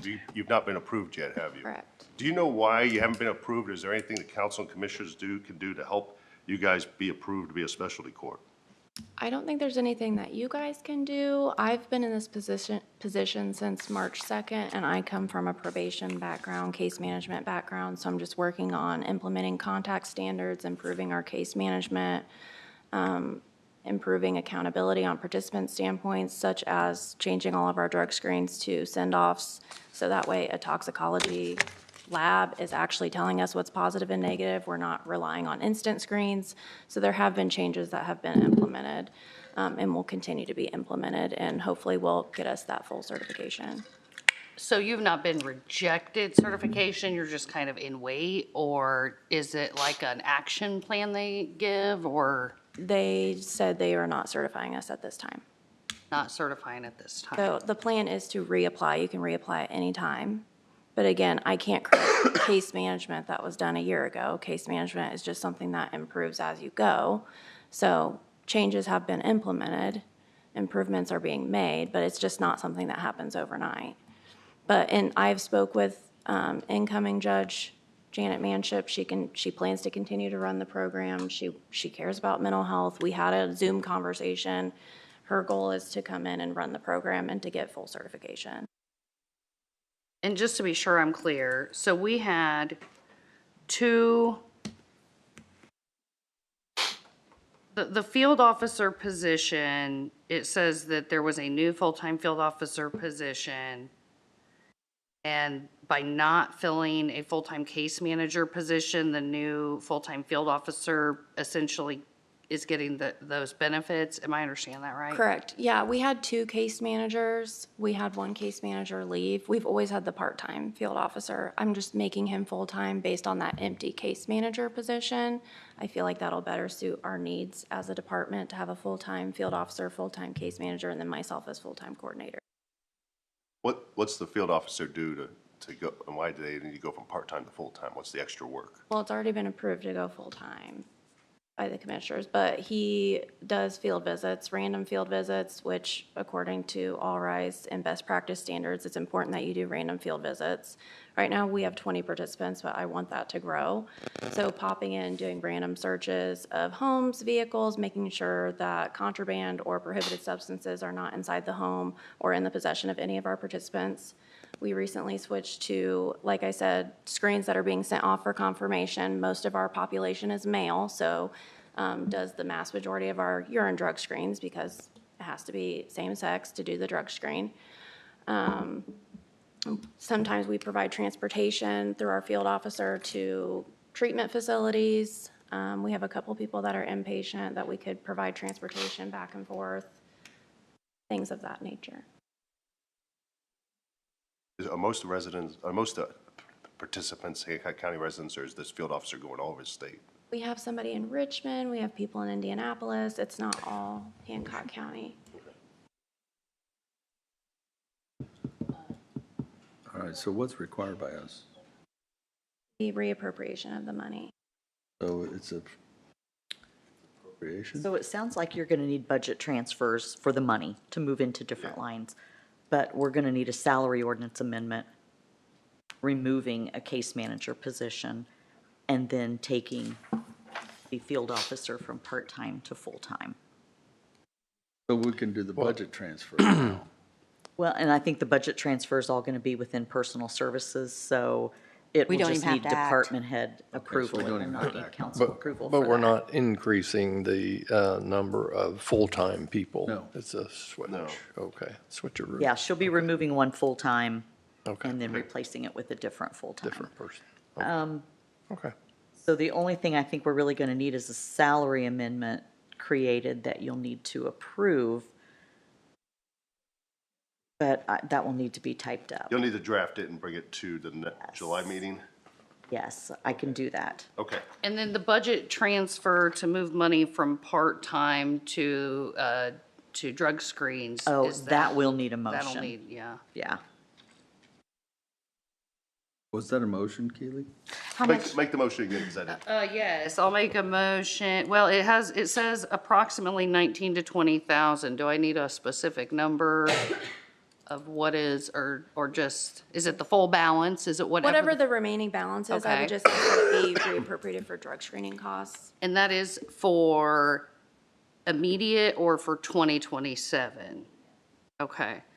And so you will not need another dollar of part-time in this calendar year as of today, right? Okay. And then when you submitted your budget already for 27, did you already A move full-time that? field officer, yes. I'm talking about moving the money from the part-time position to the I drug didn't screens. request any type of funding for a part-time position for 20. Okay, but you did put in additional funding for drug screens. Okay. I'll make a motion to move the existing balance in part-time for behavioral health court from part-time to the line item for drug screening costs. I'll second that. Okay. I have a motion and a second. All those in favor say aye. Aye. Any opposed, same sign. Motion carries. And then Mary will bring forth Salary amendment. Yes. salary Yes. amendment. For July, hopefully. 8 a.m. Have to wait for that to be approved for him. Unless they want to pre-approve that full-time position now, and then we retro it back next month. I don't have a problem with that. I don't know why we would We've done that many force people to times. wait. Yeah, and with this all being within the same Yeah. fund, she can go ahead and make Right. her transfers, money's and then there. we can just maybe thumbs up that we all are in agreement that that's what we wanted to happen. Is that a good enough? If I could get a motion, that All would right, I be need a really good great. motion, not Good just a motion. Effective, he has not yet started full-time, but you'd like as soon as possible, is that? Is Monday okay? Could we start Monday? That way it's a start of a new week, not like a Thursday. Can we double check with payroll just Yeah, to make that's what sure? I'm I know they prefer it to be the beginning Yeah, the of a pay beginning of pay period. Payroll. Do we get, okay, Could so say the we could best even do time. the 22nd, Payrolls next week. the 19th. Just- I think so, because I Just think make we the just motion got based paid on the beginning of payroll. last week. I'll make a motion for the field officer to start full-time at the beginning of the next pay period. June 22nd. I'll second that if that was easy enough for. Yeah, as long as legal counsel is good with the motion. Goes out there. You okay with that, Scott? Yeah, you've explained what you're doing. Sure it's in the We've minutes. done that many times. Kent. Got a motion by Mr. Smith and second by Mr. Fisk. As long as everybody's got it? All right. Motion on the table. All those in favor say aye. Aye. Any opposed, same sign. Motion carries. If I do, I'll send you an email. Okay, perfect. Thank All right, you. that'll stop that one. And now you have a behavioral health court grant. Yeah, we need. I thought that was already taken care of, but I did receive a $500 grant from the Community Foundation. And that would be to provide ride vouchers for participants through Hancock Ride with Senior Services. Help them get to treatment, appointments, or any type of court-ordered therapy, so. But we still have to advertise the Yeah, appropriate. yeah, if it's not been voted on through appropriation, we have to Right, appropriate. so it would just be a thumbs up. All right, thumbs up. So we'll have a hearing on it next time. All right, now, do you have anything else? No. Okay, then that will conclude it. Thank you so much. No problem. Thank you.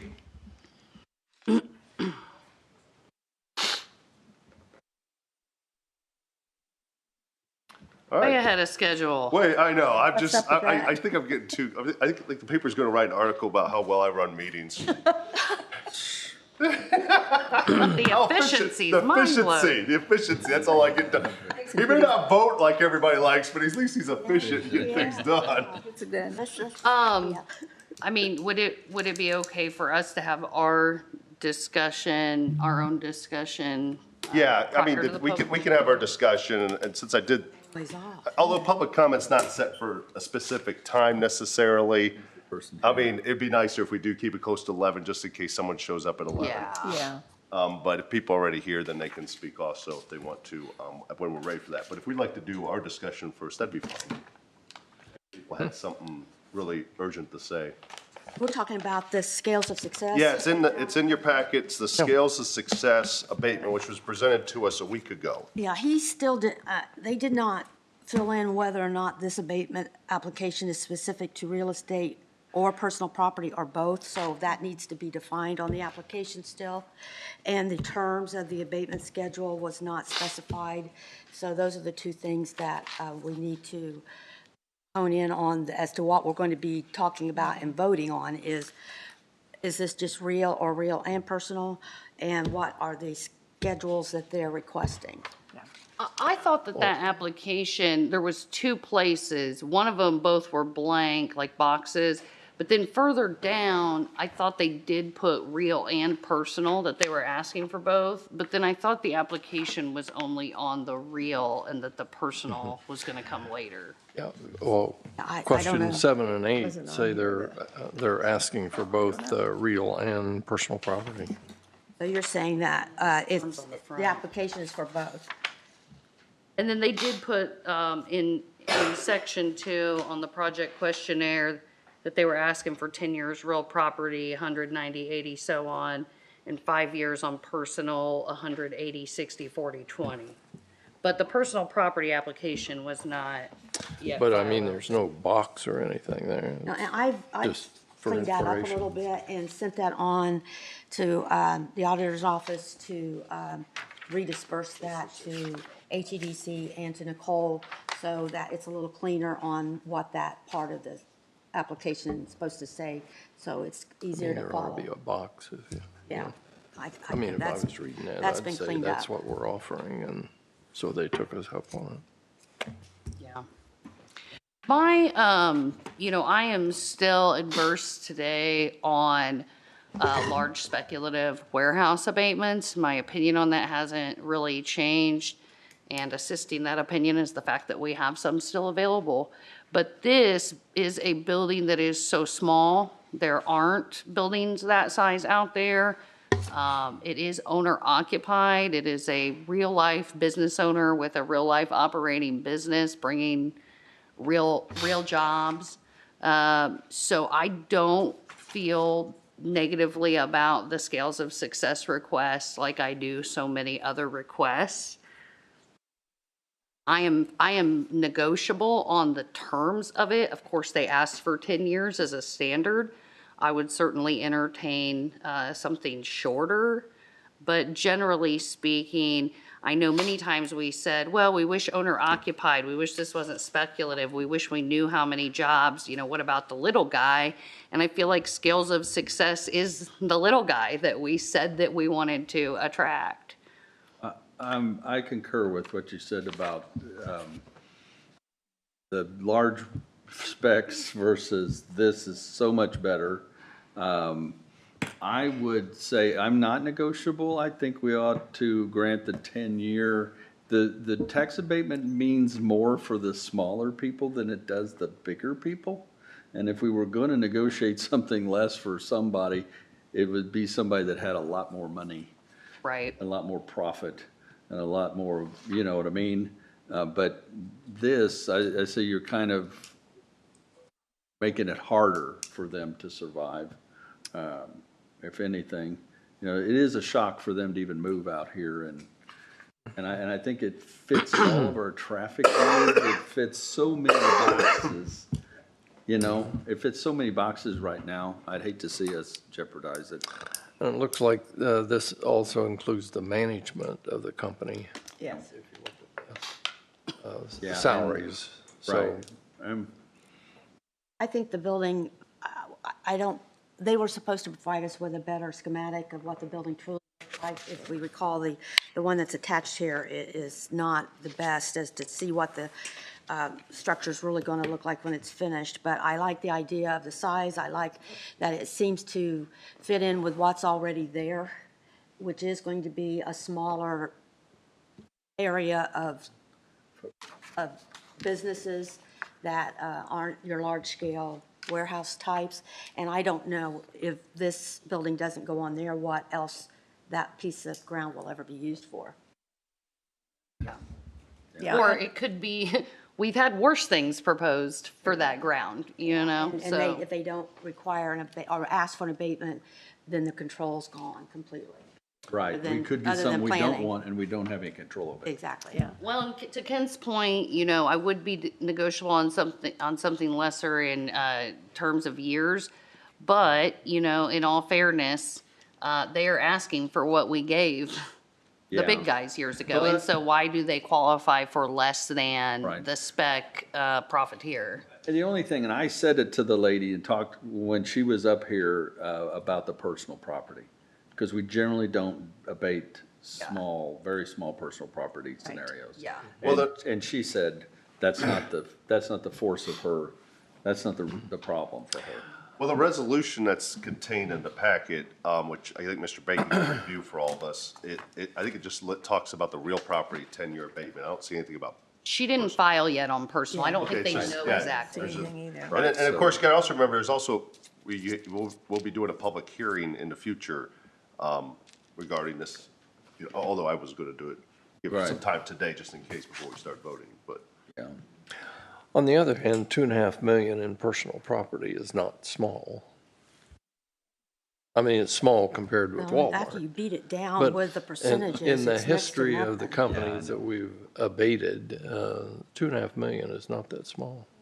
Well, I'm kind of agreeable with everybody else so much that spoke so far, is that I think this is going to be just about as good as we can get. I mean, it's family-owned, I like that, and it's small, and I don't think it's going to interfere with the neighbors very much. And I drove out there and looked at it, and there's businesses on each side of that property, so, you know.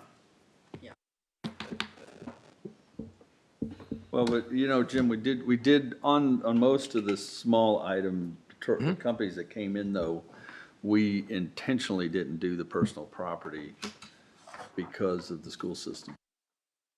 And so True. You know, I mean, now at the same token, when I'm saying that I think we ought to stay coherent to what we've been doing, I don't think we ought to cut the real property. That's And why I said, if we're not gonna do the personal property like we've done many of the others, because that does affect school system, then I don't think we ought to hurt the company on the other end by cutting their real property. Yeah. Yeah, I do prefer the 5 years. If we do personal property on anything, I prefer the 5 years Yeah. rather than 10. Oh, yeah, yeah. Because by then, you know, Yeah. there's nothing There's left. nothing there anyway. Well, maybe if we're going to stick with the dictum that we generally speaking don't abate personal property, maybe we want to take it off the suggested list here. Somebody looking at the form would say, oh, they're offering personal property. Yeah, I did clean that up a little bit. I Yeah. removed the schedules and just put lines there for them to fill in what their request is going to be for, That'd be not as better. opposed to, this is what a standard abatement looks like, but, so that suggestion is not going to be. Well, I think they need to fill out the new application. Yeah, yeah, I agree. It gives us more information than this does. Yeah, but, yeah, I support the idea that this size building is the best suited for that location. I couldn't pull up the exact parcel, but just knowing other parcels, the rough amount of taxes currently paid on an ag ground that's about 80 acres is about $10,000, give or take. I don't know what the improvements in the assessed value would be, but I think we saw some earlier, you know, they're paying anywhere from $100,000 to $300,000 in additional taxes. So let's just say it's $50,000. So year one, it's zero. Year two, 10% of that is $5,000. But then if you look at the salaries, their salaries is $2.7 million. They said 30% of that will live in Hancock County, and then I just took a rough 2% tax rate. I didn't want to get down too much of the nitty gritty. That comes to about $15,000. So year one, we're looking at probably about $20,000 additional dollars in taxes paid by both the company and the employees.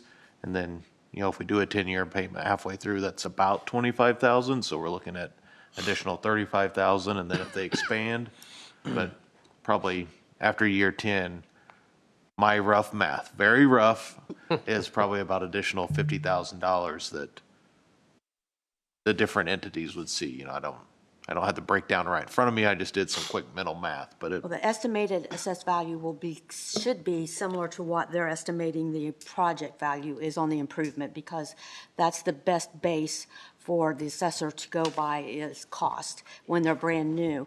The land is not abatable, so as soon as that transfers and they quit putting a crop in it, that assessment will go up significantly and be comparable to the properties that it's contiguous to that are commercial properties. So we'll see an increase in AV on the land right off without an abatement or with an abatement.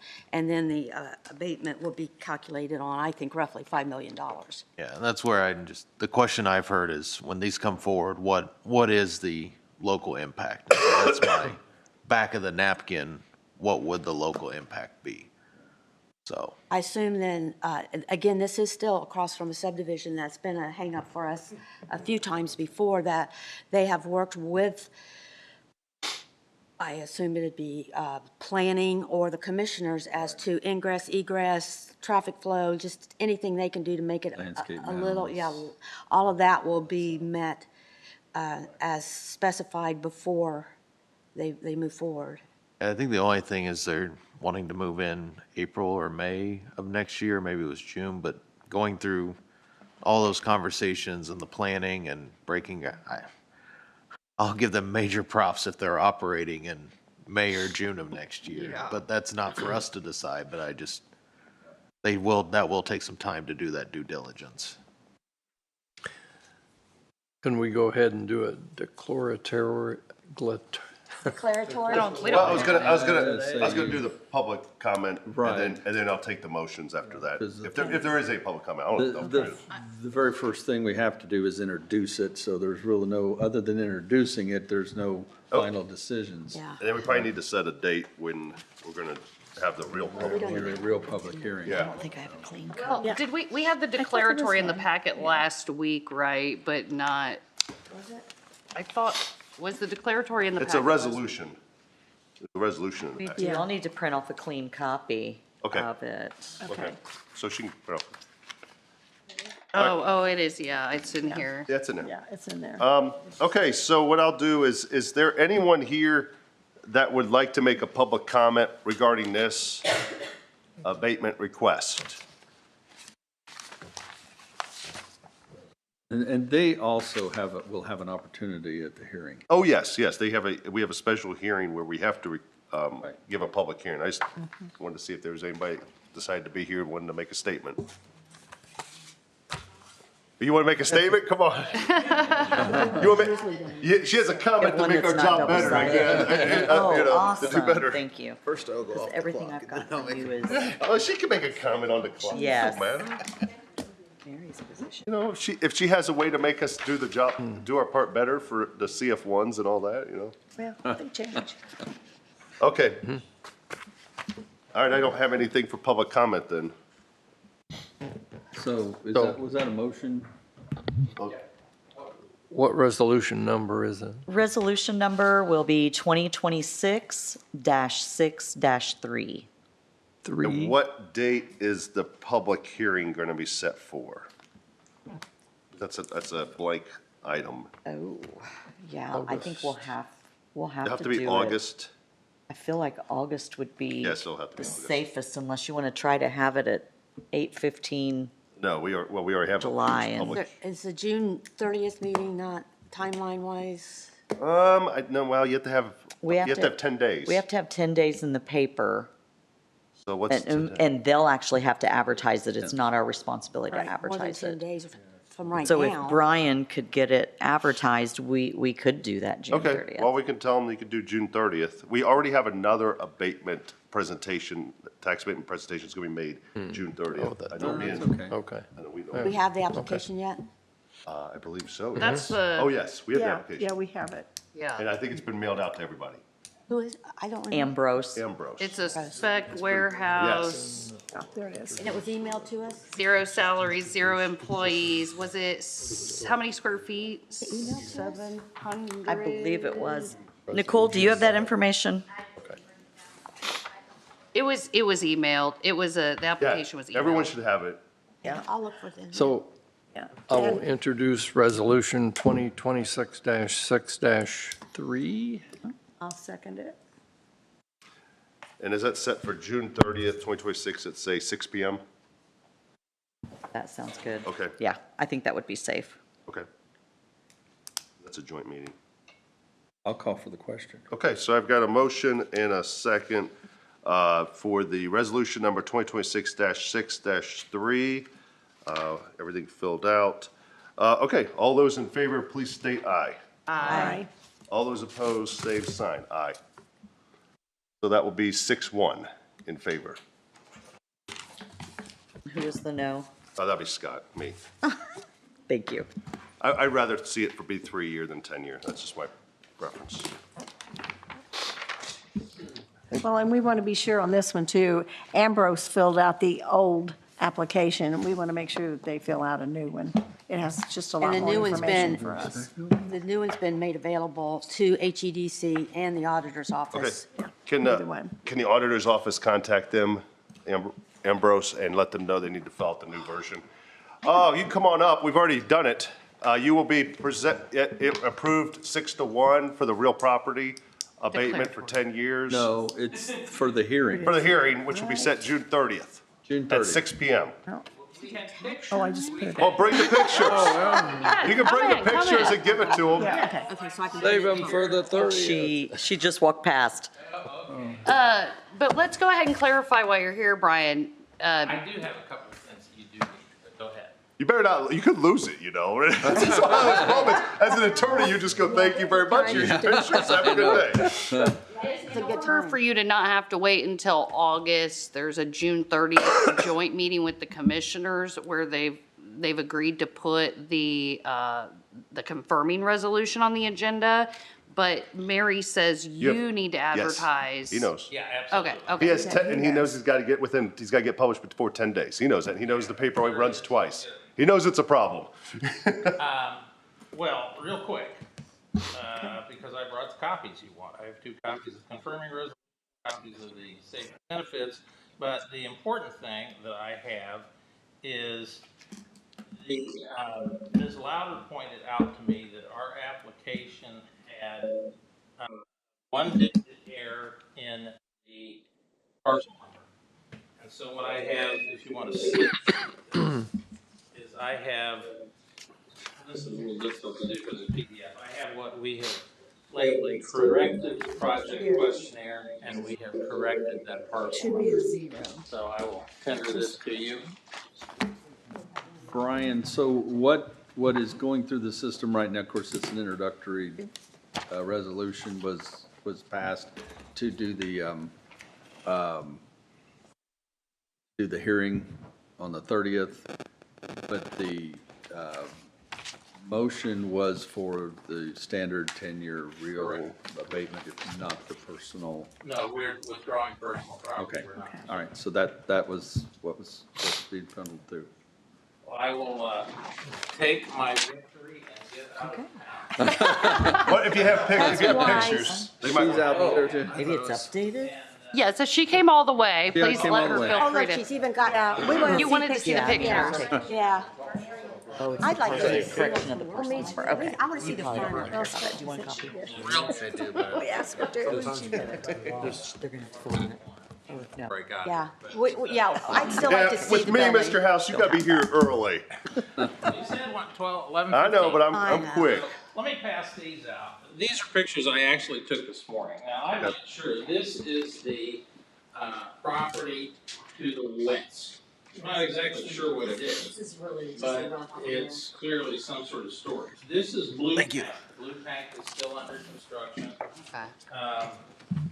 And this is a picture taken from I guess that's it. good, Mary. She front brought you of better. what looks like a storage facility looking to the east. So I know, on I'm both not sure. sides of this parcel, Yeah, no, I don't need to see landscaping. That'll be planning or, all those people that go through that. I wanted to see Here, Keely, why don't you start building? Jim? itself, which is just a big I box. think that may be right. It's a pole barn. You won't be able to see it. very compatible Could we build that for less? with on the 30th. Can you say that again? The time again, 6 p.m. 6 p.m. Very good. Now, that will be set sharp. We will do it exactly 6. We can't do it before that. To me. And that will be for a public hearing for the public to make comments. And then for us Who to is decide. this? Neighbors to their property. West. Neighbor to the west. Blue tank. How do they do that? Thank you. And on the SB1, I corrected the face sheet by hand, just to change the 1 to a 0. Thank you very much. I do want to thank the council for dealing with this dispatch. See you on June 3rd. Thank you guys so much. You're welcome. Thank you, dear.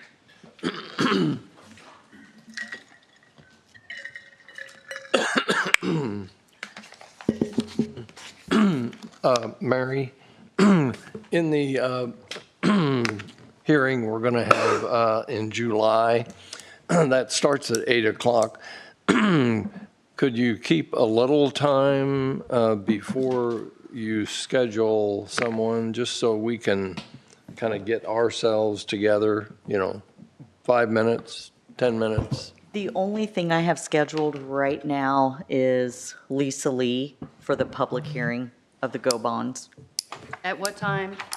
right at 8 a.m. It'll be the first Okay, item, and then I have nothing else. okay.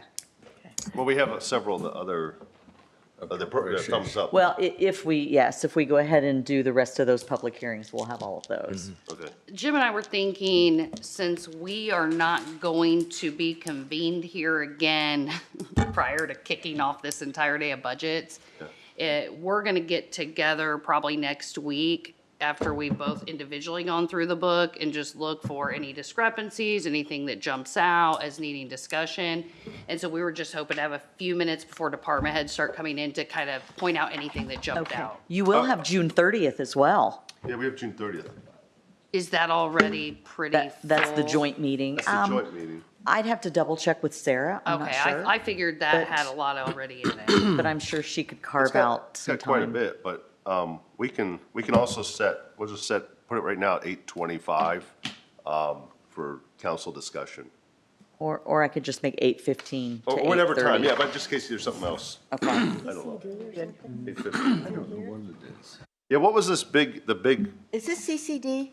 No, that is actually the 5-year capital plan. Oh, okay. So you should have also received an electronic copy as well. yeah. We just thought a hard copy Now, would be now, nice. this capital plan, separate from the, Then the commissioners. this is the capital plan coming from the departments. And so these monies would typically be put in the CUME capital fund. The other, the big capital plan, if you want to call it, is separate from the CUME capital fund. Oh, this should be fun. The auditor already has notes in her budget. My goodness. This is gonna be a nightmare to review. The public doesn't realize how big you I have. won't be here. And everybody needs to review it. Are you Mr. running Smith. again or not? On vacation. I plan on Scott, that counting came this with in my our new summer library reading software, program. those notes, and they're very valuable, Yeah, I because know. then you know ahead of time what you're walking into. I wish they would use them more. And Mary will be sending out in the next couple of days the summary, looking at the total ask versus last year's total budget, so we know what the I always go increase. through and compare those as well. Yeah, I do. That'll be helpful. Thank Yeah, you, Mary. any advice to Clerk Smith? Advance. On the budget? Yeah. Keep an open mind. Don't get discouraged. Keep an open mind. Discouraged. The word I balance usually bring doesn't really cookie come snacks, into so I'll bring effect. something to pass along the way, but I bring my own coffee. Remember what our guidance. Bring like a jug. Yeah, I am. I'm gonna bring one of those carafe things. We probably need to check, because I know for me, it's really big to get an updated 5-year sustainability from Greg Garitas based yeah. on what was in this book. Mary Bomer, has he led you to believe that was forthcoming at any particular date? Because I think that has to be considered in all decision-making. I think until he gets his book to see what the request is. Yeah. I'm looking to see, the last time I received one was dated 4/28. Yeah, that's That's the most recent Yeah. sustainability I have. Would you mind reaching out and It never is easy. asking him what the soonest possible, at least, Someday I know maybe Jim and I would like to see as soon as possible, how this number, the numbers in this book fit into the 5-year sustainability. Yeah, the end of April, he had just added in the 5 courthouse people and the 3 navigators. And it already was not looking Got good. a partridge in a pear tree. What's for lunch that day? Well, It's up to That's a him, good it's question. Jimmy Since you've not John's. done it before. I usually bring some kind of snacky that just Well, we've gets been passed around, screwed but out other of than lunch that, before. lunch, Oh, yeah, we usually work through Are lunch. we usually order it in. Yeah. No, last We year have was lunch terrible. We delivered. did have to work through. That was awful. I'm really hoping we get a We lunch could have break. smash burger delivered. Smash burger's I really would good. love that. Yeah, that would be a good idea, because Everybody bring some cash so we Yeah. can pitch in and get our lunch Yeah. delivered. I asked the good questions. Yes, you did. Oh, my. No, you don't have to worry about dinner. It's a late dinner. I'll make the motion, we adjourn. But wait, I just have Okay. one quick thing. Just one quick thing. So I I'll take received an email from one of the townships And they have asked, are we still receiving, are we still going to be accepting lit grants for the first responders? Like, are we She- willing to hear requests? Is Yes, that- she has requested Like we used money. to in What July. township is it? It is Green Township. I think by law, we have to let them request, but Yeah. we There's can a, also say, we're not going to listen, but. there's a form Well, they have to fill out I have by a received her certain date. application, so I Yeah, can there's a add that time onto on the it. August budget agenda if Assume you that's would still like good. to Just like him. see the request. Yeah, August budget, that's on. Okay, Is that it? that's it. All right, I have a motion, a second on the table to adjourn. All those in favor say aye. Aye. All those opposed, same sign. We're adjourned. Get those all- Good job, Scott. Who was the first and second? First was Mr. Fisk, second was Mr. Shelby. Thank you. And the men have it.